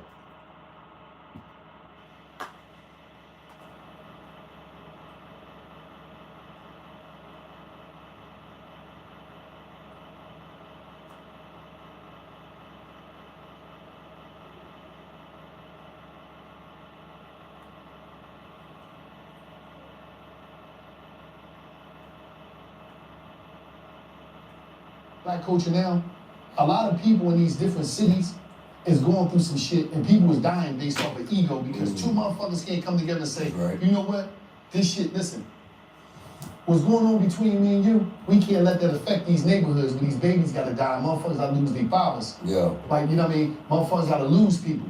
And that's why we go through it in our black communities, because can't nobody say, you know what, it ain't that deep. Like you just said, shit ain't that deep. It ain't that deep. But one thing I will say as we move on to talk about this, listen to, you that nigga, brother. I ain't lying. Thank you. So we see you. I ain't lying, bro. Somebody need to tell T.I., bro. I know T.I. know that shit, and I know goddamn he know that shit, but that motherfucker is that nigga, dog. Like, coming from that nigga, like, you gotta be that nigga to tell another nigga he that nigga. That nigga, dog. He always been that nigga, bro. And then you gotta think about it. That motherfucker got rich at 21, whatever age that he got rich, had kids, his kids been rich their whole life. This motherfucker got 2, 3, 4 boys, and they always with their daddy, man, and they just like their damn daddy, man, and they following their daddy footsteps. And we get to see them motherfuckers grow up, man, and he with the same woman. T.I. hell, bro. That motherfucker hell, bro. Thank you, brother. We seen you in real time. Ain't got no fucking dumbass tattoos. That nigga is always presentable and professional, but gangster as fuck at the same time. That was the type of nigga I always want to describe after that. I was like that in high school, still like that. That's how we was. We wanted to be like that. Not no dumbass, stupid ass nigga, but a different type of nigga, though. You love your wife. You looked out for so many people. You never say nothing about it. That's what's so no. That's what's great because we live in a time now. People only want to do something for you when they can talk. If they can't talk about it, oh no, I don't want to do it. I mean, no, that's the reality of it. But you did so many people. You did so much stuff for so many people behind the scenes that helped people careers. And when you did that for them, you took care of whole communities because you helped people get in position to be able to take care of their family and they can take care of other people around them so they can take care of their family. And kept them from breaking in my house. You know what I'm saying? So this was selfish. This was about you bringing it together, right? It's all about keeping niggas out from breaking. Yeah, man. Yeah, you know, cause that, you know, cause when motherfuckers get to starving, man, you know what I'm saying? And shit, they looking for which house to hit. Niggas trying to come through King window and shit. Oh, don't do that. King gon' pop him. King gon' pop him. King gon' pop him. King gon' pop him. Now, what do that hat mean to you? What's that? That hat right there. Doing.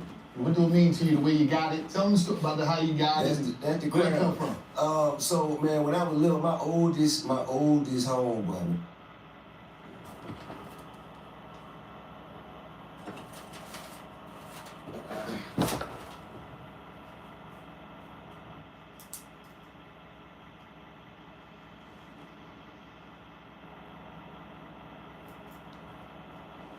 Uh, 81. He 81 years old. Well, he going on 81. He 80 right now. His name Slim. That's my oldest homeboy.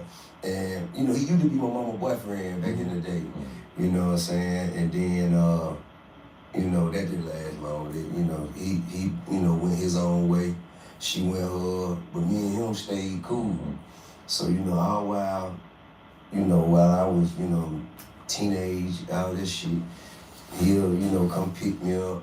And, you know, we'll ride around, talk shit, watch him handle his business and shit.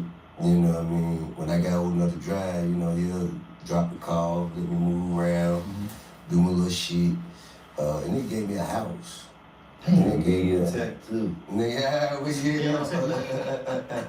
yeah, man. So, you know, he was really on dope boy shit. And that's where I got the hat from. He was really on dope boy shit. So Slim, he had, you know, back in the day, man, you were rolling, you got down, locked down. You could have some apartments, or what he did, he had a whole, like a motel just locked down. You know, I guess he was in with the owner or somebody. He had the whole motel was a trap. You know what I'm saying? And so he'll come back with these paper bags full of money, toss them on the bed, count money and shit. And he laid a pistol on a tech now. And so I'm like, what's that? Cause you know, I had never seen that. Cause they left some shit on New Jack City or something, you know what I'm saying? And he was like, yeah, man, this the burner. And you know what I'm saying?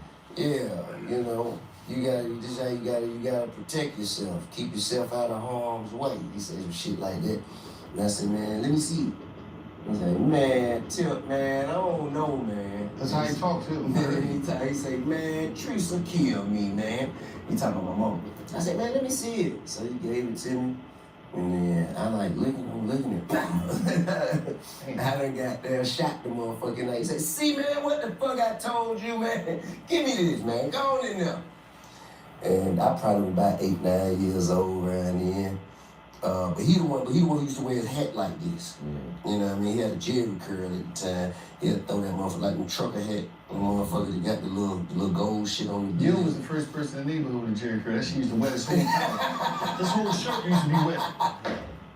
And his little chains he had used to turn green, his neck turned green. You know, it's like scabs and shit, man. He had a soaking, this shit was dripping like a motherfucker, like it was raining. Shit was dripping all his shirt, whole collar be soaking wet. Man, that's why he lost his hair. Look at it. Shit cooked his scalp. The first nigga around the way were activated. Yeah, nah. Yeah, but yeah, that's just the same. Yeah. But nah, Slim been a motherfucker, man. Slim that's the toughest nigga I know, man. That nigga done did time on top of time. That nigga got shot 13 times. God damn, lost an eye. Lost an eye. I didn't You know what I'm saying?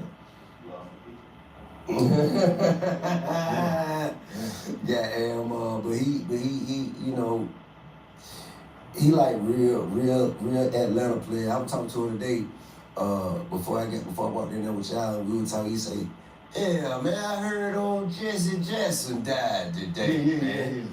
I said, yeah, I heard that. He said, man, I used to shoot pool with him up on Hunter Street.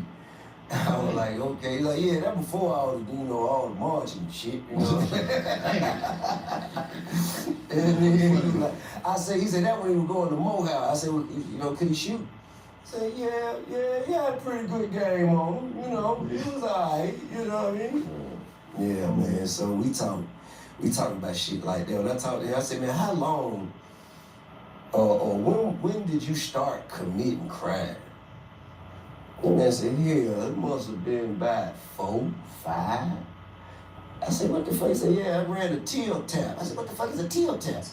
He said, well, first you need to look out, man. And you got to, so basically, what they would do is somebody ask for something, come in and ask for something in the store. And while the person in the store, going to get whatever they ask for, they'll go and try and snatch the money out the drawer. Another nigga snatch the money out the drawer and then run out the store. So, old head, man, this nigga go way back. Way back. He was fucking around when King and them was little. You talking about what, Martin Luther King? Yeah. Yeah. He talked about running in the mud, but he was like, man, I used to try and straighten up when I saw him. He was like, man, I don't want him to see me out there, getting down. But, so I mean, he said he had a lot of respect for Martin. Exactly what that boy give him Martin. That's different. I had dreams. Right on, brother. Right on, brother. Enjoy the march next week, brother. Right on, brother. Enjoy it next week. Nigga, what you say you want now? Nigga like this, Martin, now stop walking foolish. That's deep. But I think it's important for, for the younger generation, and in this case I'm talking about me, to be able to pull from and learn from, motherfuckers who done live more life than them. Absolutely. That shit is valuable. And you shouldn't, I believe we gotta normalize in our culture. Just because you got money doesn't mean you're right, and just because you don't got money doesn't mean you don't know nothing. Yeah. Absolutely. Because people think when they look at people like us, we got people that we pull from that's not rich. They're not entertainment. They just regular people. That's true. And they give you the best. They give you so much. We didn't pull guidance from them, and they helped us out in life. And I think now we live in this world now where if you ain't got no money to flash, it means you don't know nothing. You don't got no knowledge. Well, you're doing yourself a terrible disservice. Yeah, that is how the young people think. If you ain't got no money, they ain't listening to you. But you gotta know, a lot of people just so happen to have a lot of money, and a lot of people getting a lot of money in some new ways. And a lot of people that's older, they got more wisdom and got more things that's worth more than money or equivalent to money. So as young people, you can't really look at it like that, like who got the money, they know everything. You know what I'm saying? Because some people, not all people, but some people that, especially if they older, they in their high 50s, 60s, 70s, 80s, they know something more than versus have a lot of money. That is true. You really study wealthy people. If you really study the wealthiest people in the world, they measure their wealth by the amount of things each of them have that money can't buy. Yeah, see? You feel what I'm saying? Like, the money is a tool to use to get more money. And of course, you can do certain things that put you in certain positions, but the money, that shit don't define nothing. That shit don't define, and some people are poor, all they have is money. You know what I mean? Like, what's the quality of your character, man? Yeah. What you made of? What about your man stuff? You feel me? All that gangster shit, that's cool, alright, but what about, like, your principles, your morals? You can do all the crime in the world, but why? Who did you benefit besides yourself? You know what I mean? That shit, I think that shit go a long way. That shit go a long way, and that's what's missing. That's what's missing. Motherfuckers really just kind of like, they stuck on doing the stuff, but not, creating or understanding the logic behind why the stuff is being done. That's real. Definitely real. I'm telling you, man, we I always appreciate ask you, yourself man. why you Taking the time out. Man, it's all We love good. it. I love this facility. I'm telling you, it's like Man, I can see the vision of this facility. If you live in Atlanta, man, this thing ready to be special. If you're a creator, you streaming, you do podcasts, you recording, you do graphic design. You know, this gonna be. You looking for office? This gonna be The home. This thing is cold. Man, It's cold, man. Big shit popping, little shit stopping, you hear me? yeah, man, I appreciate y'all. You feel me? I appreciate y'all. Not just for this, but like what you mean to the culture. You know, y'all pulling up on the young niggas, the more motherfuckers scared to talk to. You know what I'm saying? And you're humanizing them in the face of the world. You know what I mean? When people already feel like they know what to expect from a motherfucker, y'all get in there and they get to, showing, a different side of themselves, which changes a lot of motherfuckers' outlook on it. You know what I mean? And the people get to forgetting that these motherfuckers human. Man. Yes. You know what I mean? These people human, man. These kids. Yeah. And we made mistakes too. They young adults, but at the end of the day, they kids, man. Yeah. They 24, 23, 22. Kids 19. with access to everything. Everything. Man, we were kids and we had access to everything, Good Lord. nigga. Man, what? Everything, nigga. No matter what the fuck it is I want, I can have it now. Man, that's crazy. Right. Just think about it. The first time you got to see some titties. How hard you had to work to see some titties like on TV or something. You know what I'm saying? Nigga, I lost my virginity man a hand job. To do to get a chick back in the day. Yeah. Wasn't no you couldn't. You say what? I lost my virginity. Girl gave me a hand job on the step. I was in the game. To HJ, man. I was like this. I'm sitting there. I'm like, I'm on the step. Used to do I had my shorts on. You know, back in the day, man, shorts wasn't bag. I had my shorts on. She gave me a joint. I was like, a little money. I got in the game, man. She shook the dice. She shook the dice. That nigga. 7. I was done. I was like, I'm a man now. That nigga is fast shit, yeah. I was like, yeah, I'm in the game. You had the bop in your strap. Yeah, I wasn't there. I counted that. That shit counted. Virginity to HJ, man. A hand job. That shit counted, man. I don't fuck out of here. But nah, hey, look, hey, listen, man. That shit matters a lot. Just like you said, like, Man, that hand job how to ain't get a matter. job. Now, I'm talking about access. You know, I was talking about access matters a lot. Well, that shit matters a lot to him. Yes, it did. But I said access, the access to things matters a lot. Like, when you said you were trying to, when we used to have to, try to get girl, we had to get in front of the girl that we wanted to see. Right. We couldn't just dial a chick up off of Instagram and reach out way to motherfucking California, Hawaii or something. And be like, hey man, what's happening? That shit, if that shit could happen back in our day, man. See, the young boys now, they stand in the club all night looking at a chick. Cause they don't gotta say shit. They can just hit her on Instagram. They stay all night. They don't say shit. As soon as they get in the car, I see you in the club. Yeah, nigga. The fuck you? We was looking at each other all night. The fucking shit. And you ain't say shit. You ain't say shit. Then you get to the car. Where you going? Like, dog, you could have just the time to socialize was there. Was right. But that's how the young boys is now. Yeah, but I think, you know what I'm saying, man, I think we can learn a lot from them. Yes, they can learn a lot from us. And they can learn from us, man. So I think it's important for us to continue to bridge that gap. Absolutely. Oh man, you know the date on the album yet? No. Well, for right now, y'all gonna get that single. I'm just saying.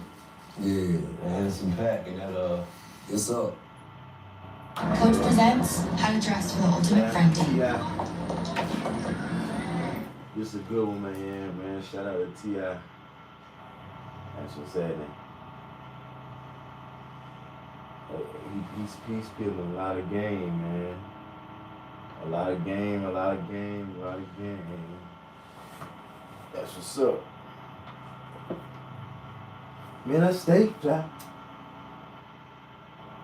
Football cat. And then a Monte Carlo in the background. That shit hard.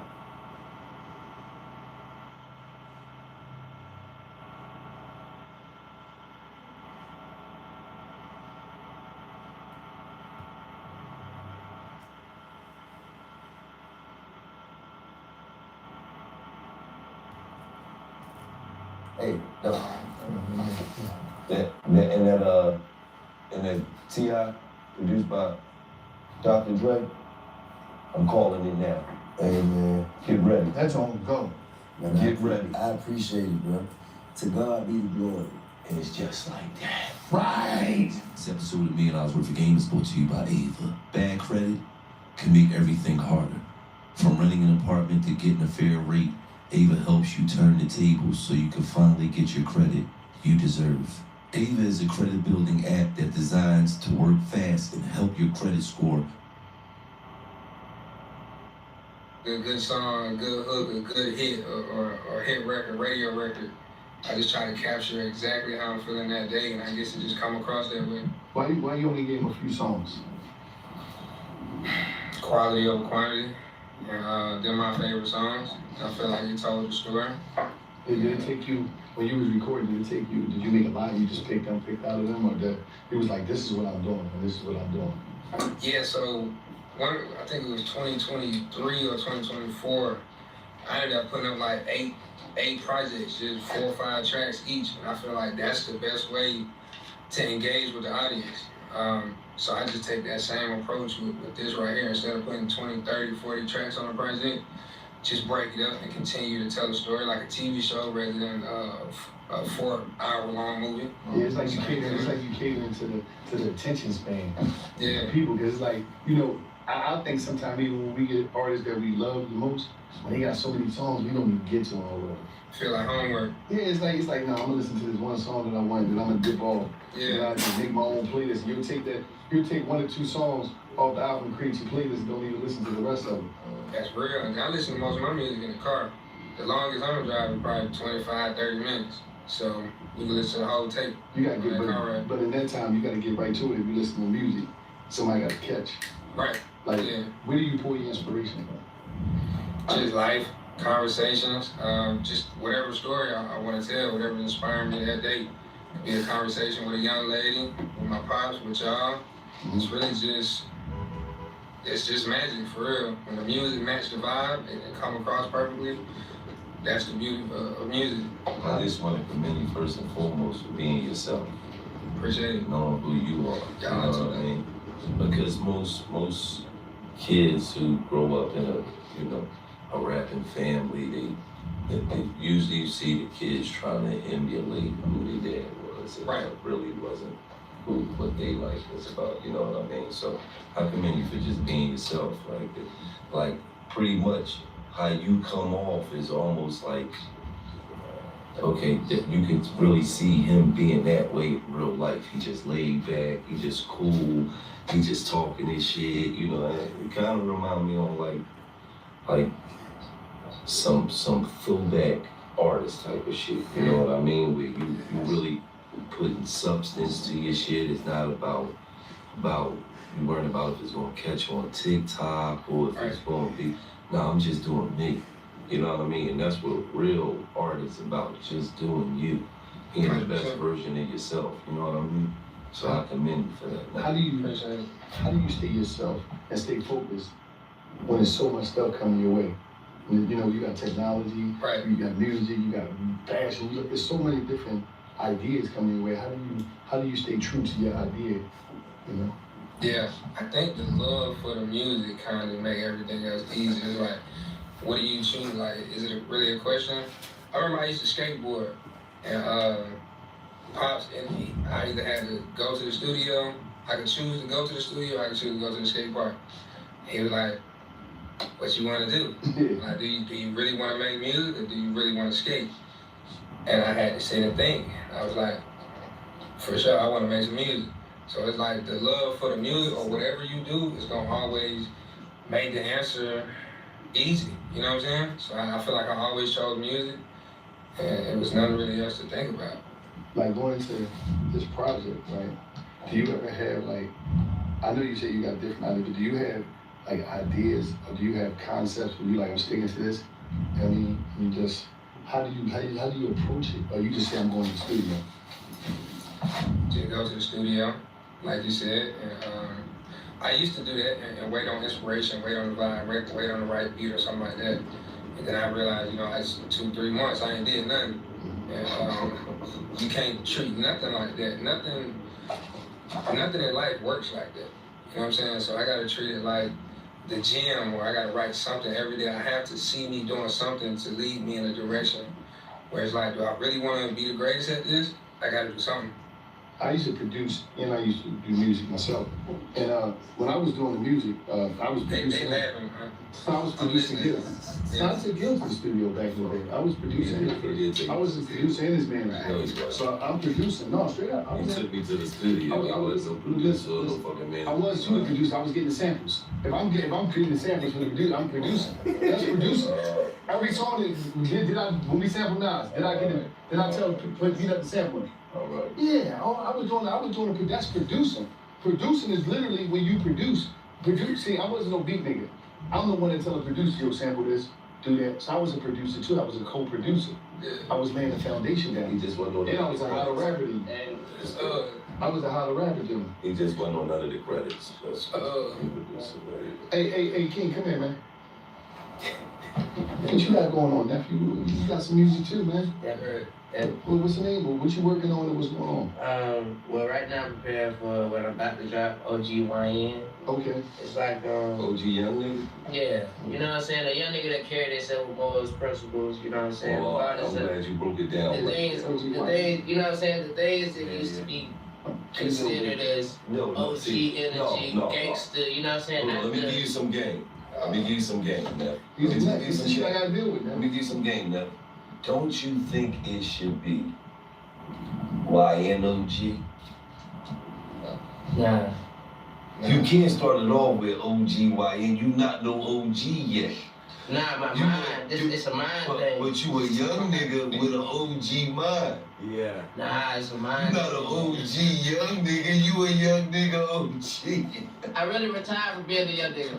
Oh shit! I love it. I really retired. You beat me on that pool game, so it's something. You know what I'm saying? He beat me. I said, what's in there? He said OGYN. I retired. I said OG young nigga. He said, I retired. You not an OG yet.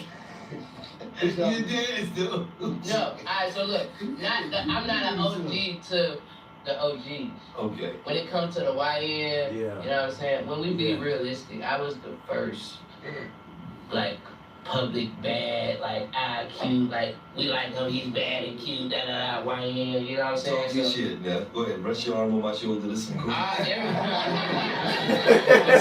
cool super cool shit right here. You learn from your pop, yeah. And then I had a lot of moments that went viral that was, you know what I'm saying? You know what I'm saying? Bad to be, but you know what I'm saying? I like to make good out of the bad. You know what I'm saying? And just say that what I used to be, I'm not no more. You know? That's the OG side. That's the OG side. Okay. But I still have YN moments. You know what I'm saying? He just put it together. So that bullshit you just said you retired from being a YN. Yeah. That's exactly what it is. No, and what's crazy is some OGs have YN moments too out here these days. You see it all the time. Yeah. You see it, so we can't tell you what to do and what not. Some of these OGs, they ain't OGs, they old fleas. There's a difference. Ain't no OG having no YN moments. No, that's an old flea. So looking for some attention is a little different. So what's the direction of the team? Now it's like music is kind of like just more so shoot 'em up, bang, bang, and it's more creative. Mm-hmm. And I like to have fun with the music, express myself through my music, and kind of like give the audience things about me they didn't see on the camera.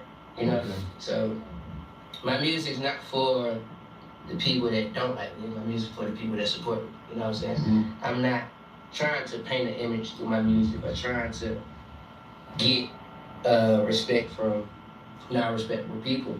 I'm really just venting what I go through. And then, believe it or not, whatever it is, okay, cool. But I make my music for me and the people that support what I got going on. So I tried to bring in together like young and old. Like I got Draw on the tape. Okay. I got Pops, he gonna remix something on the tape. Okay. He already did it? Yeah, he already did it. Who did it? Keep it real. Who cooked two? Who cooked two? I mean, we gotta get in the lab together. That's what I asked you. Your pop got on something? Yeah, he did. He got on a few things. Did he cook you? I think we kind of I did ask you what you thought. I asked you, did OG cook your ass on that song?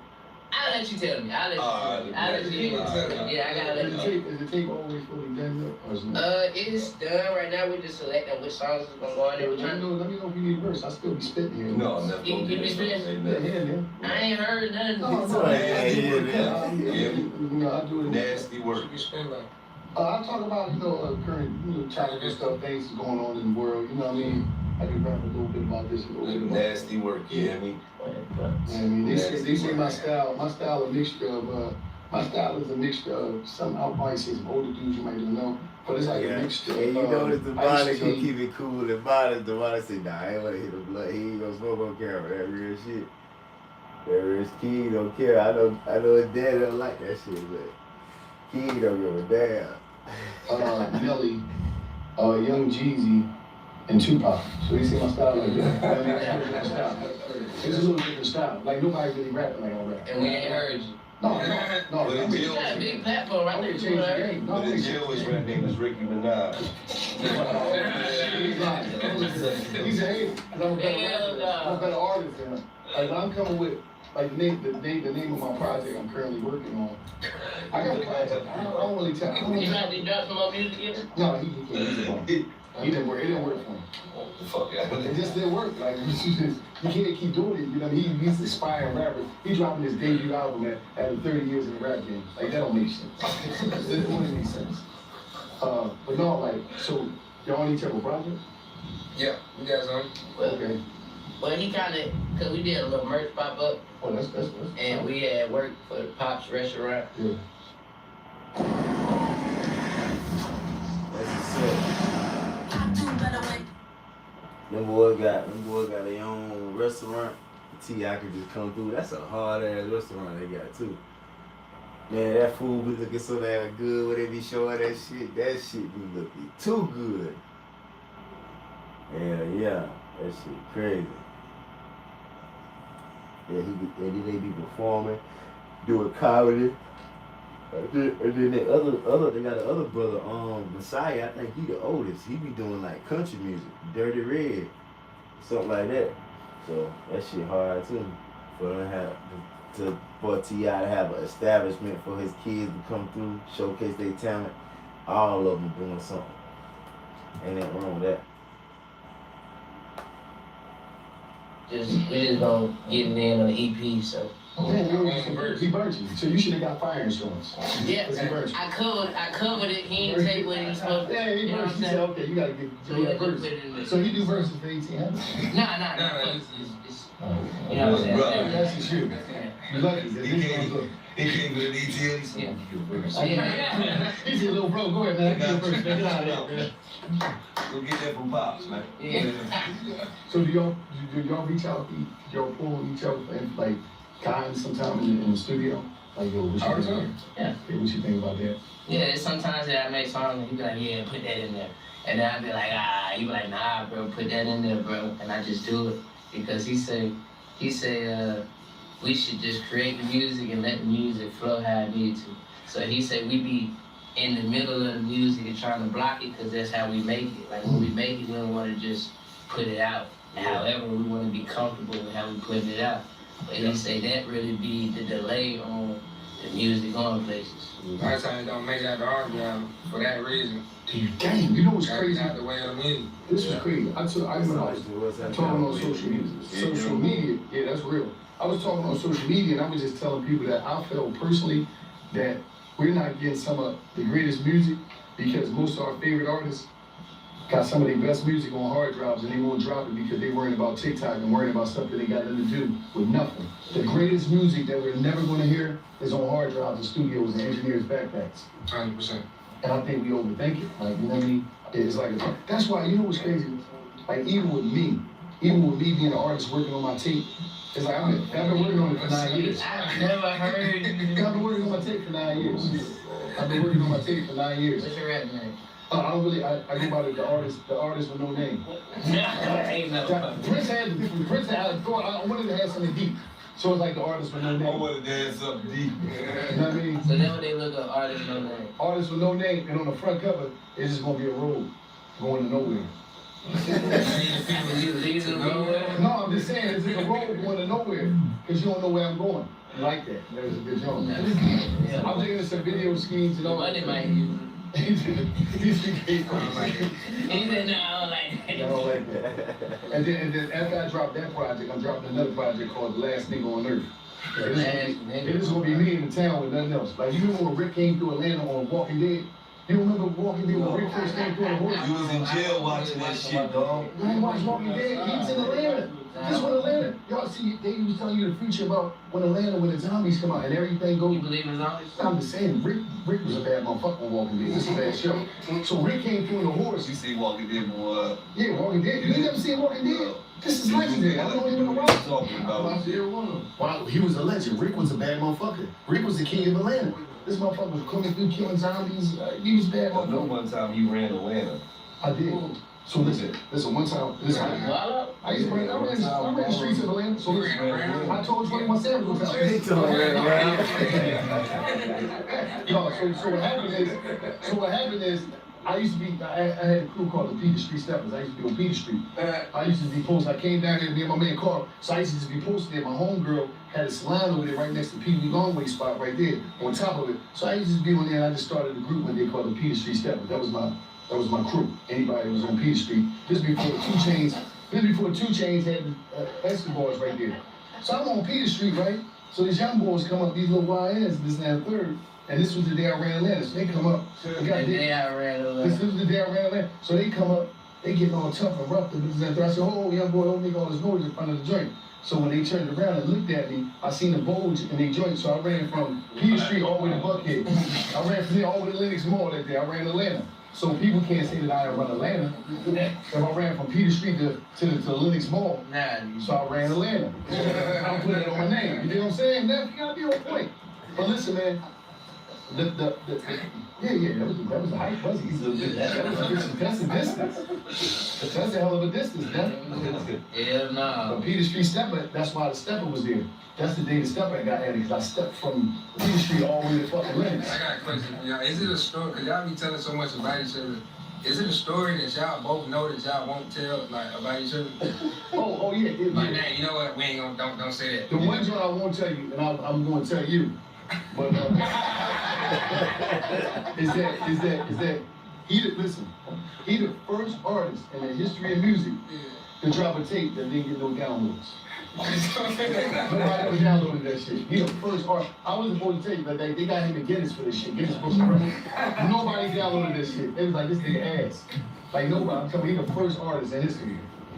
The money might can get you right, bro. Start helping him with the content. He need a writer. See, artists don't know what they write. But listen, that's what y'all do. Keep doing your thing, man. Hold on, so how old is you and how old is you? I'm 49. That nigga 53. How old are you? I'm 41. I think both of y'all lying. I'm 49. You was just 40? I'm 46. Look, me and your pop around the same age. Yeah. Your pop gotta be like 48, 47. Ooh. Yeah. Hold on. What happened? He said, hold on. What was that? He said 47. Dude. You ain't never fuck. Yeah. Oh, all right. See, your pop was my young boy. I used to send him to the store. So you know this nigga be lying on me now. Now y'all know this nigga be lying on me. Yeah. This nigga be lying on me. But listen, Devs, keep doing your thing. Go out there and check the tape. Listen. OG, YN, right? It's coming out. Y'all might see me pop up on here. I might get my Hot 16. Pop up for a music video. I might I gotta get on there, man. You gotta let me get my bars off. Listen, I might get a Hot 16. I might get a Hot 16. Make sure y'all tap in with 16 words. What? Yo, y'all should do a tape called Kingdom Mind. That's the name of the tape. Nah, we're gonna do yin yang. You see that? You see that, Kingdom? That's it. See, I'm a producer. Let me get my credits on there too. I just produce y'all. Kingdom Mind ain't gonna be it. Why you gotta work that? But think about that. That sound like it to me. Nah, I don't. See, that's what I'm saying. Like, that nigga said it sound like a book. No, I said You wrote that King, you read that Kingdom Mind? Yeah, that shit was deep, man. My creative direction was deep, though. You can tell, like, I produce some big albums. You know what I mean? But that's another story. What you produce? I wrote for a lot of artists. I wrote for Mace, I wrote for Cameron, I wrote for George Chitty, because I wrote 116 for him, Gil, a couple artists. I really don't put it out there, but now it's a little old, so it don't really matter. But it's deep. It's real deep. I can write for you, King. Just let me know. Hit me up. Hit Unga. Throw a couple 16s. Man, see, that's what I'm saying, man. Like, you get like him, man. Like, he's the brother that beat us. I understand. He like this guy. You don't get it, man. YN just beat the OG in pool. He definitely just whooped. The table crooked. So he might get He might take OG name because the table crooked though. Y'all might, we can run the tape back. The table a little lopsided. And he had extra. This is wild. Make sure y'all like, comment, and subscribe. Bamboo HR has made my life easier. Bamboo HR makes my life easier. I know T, I got another. I might watch that too though.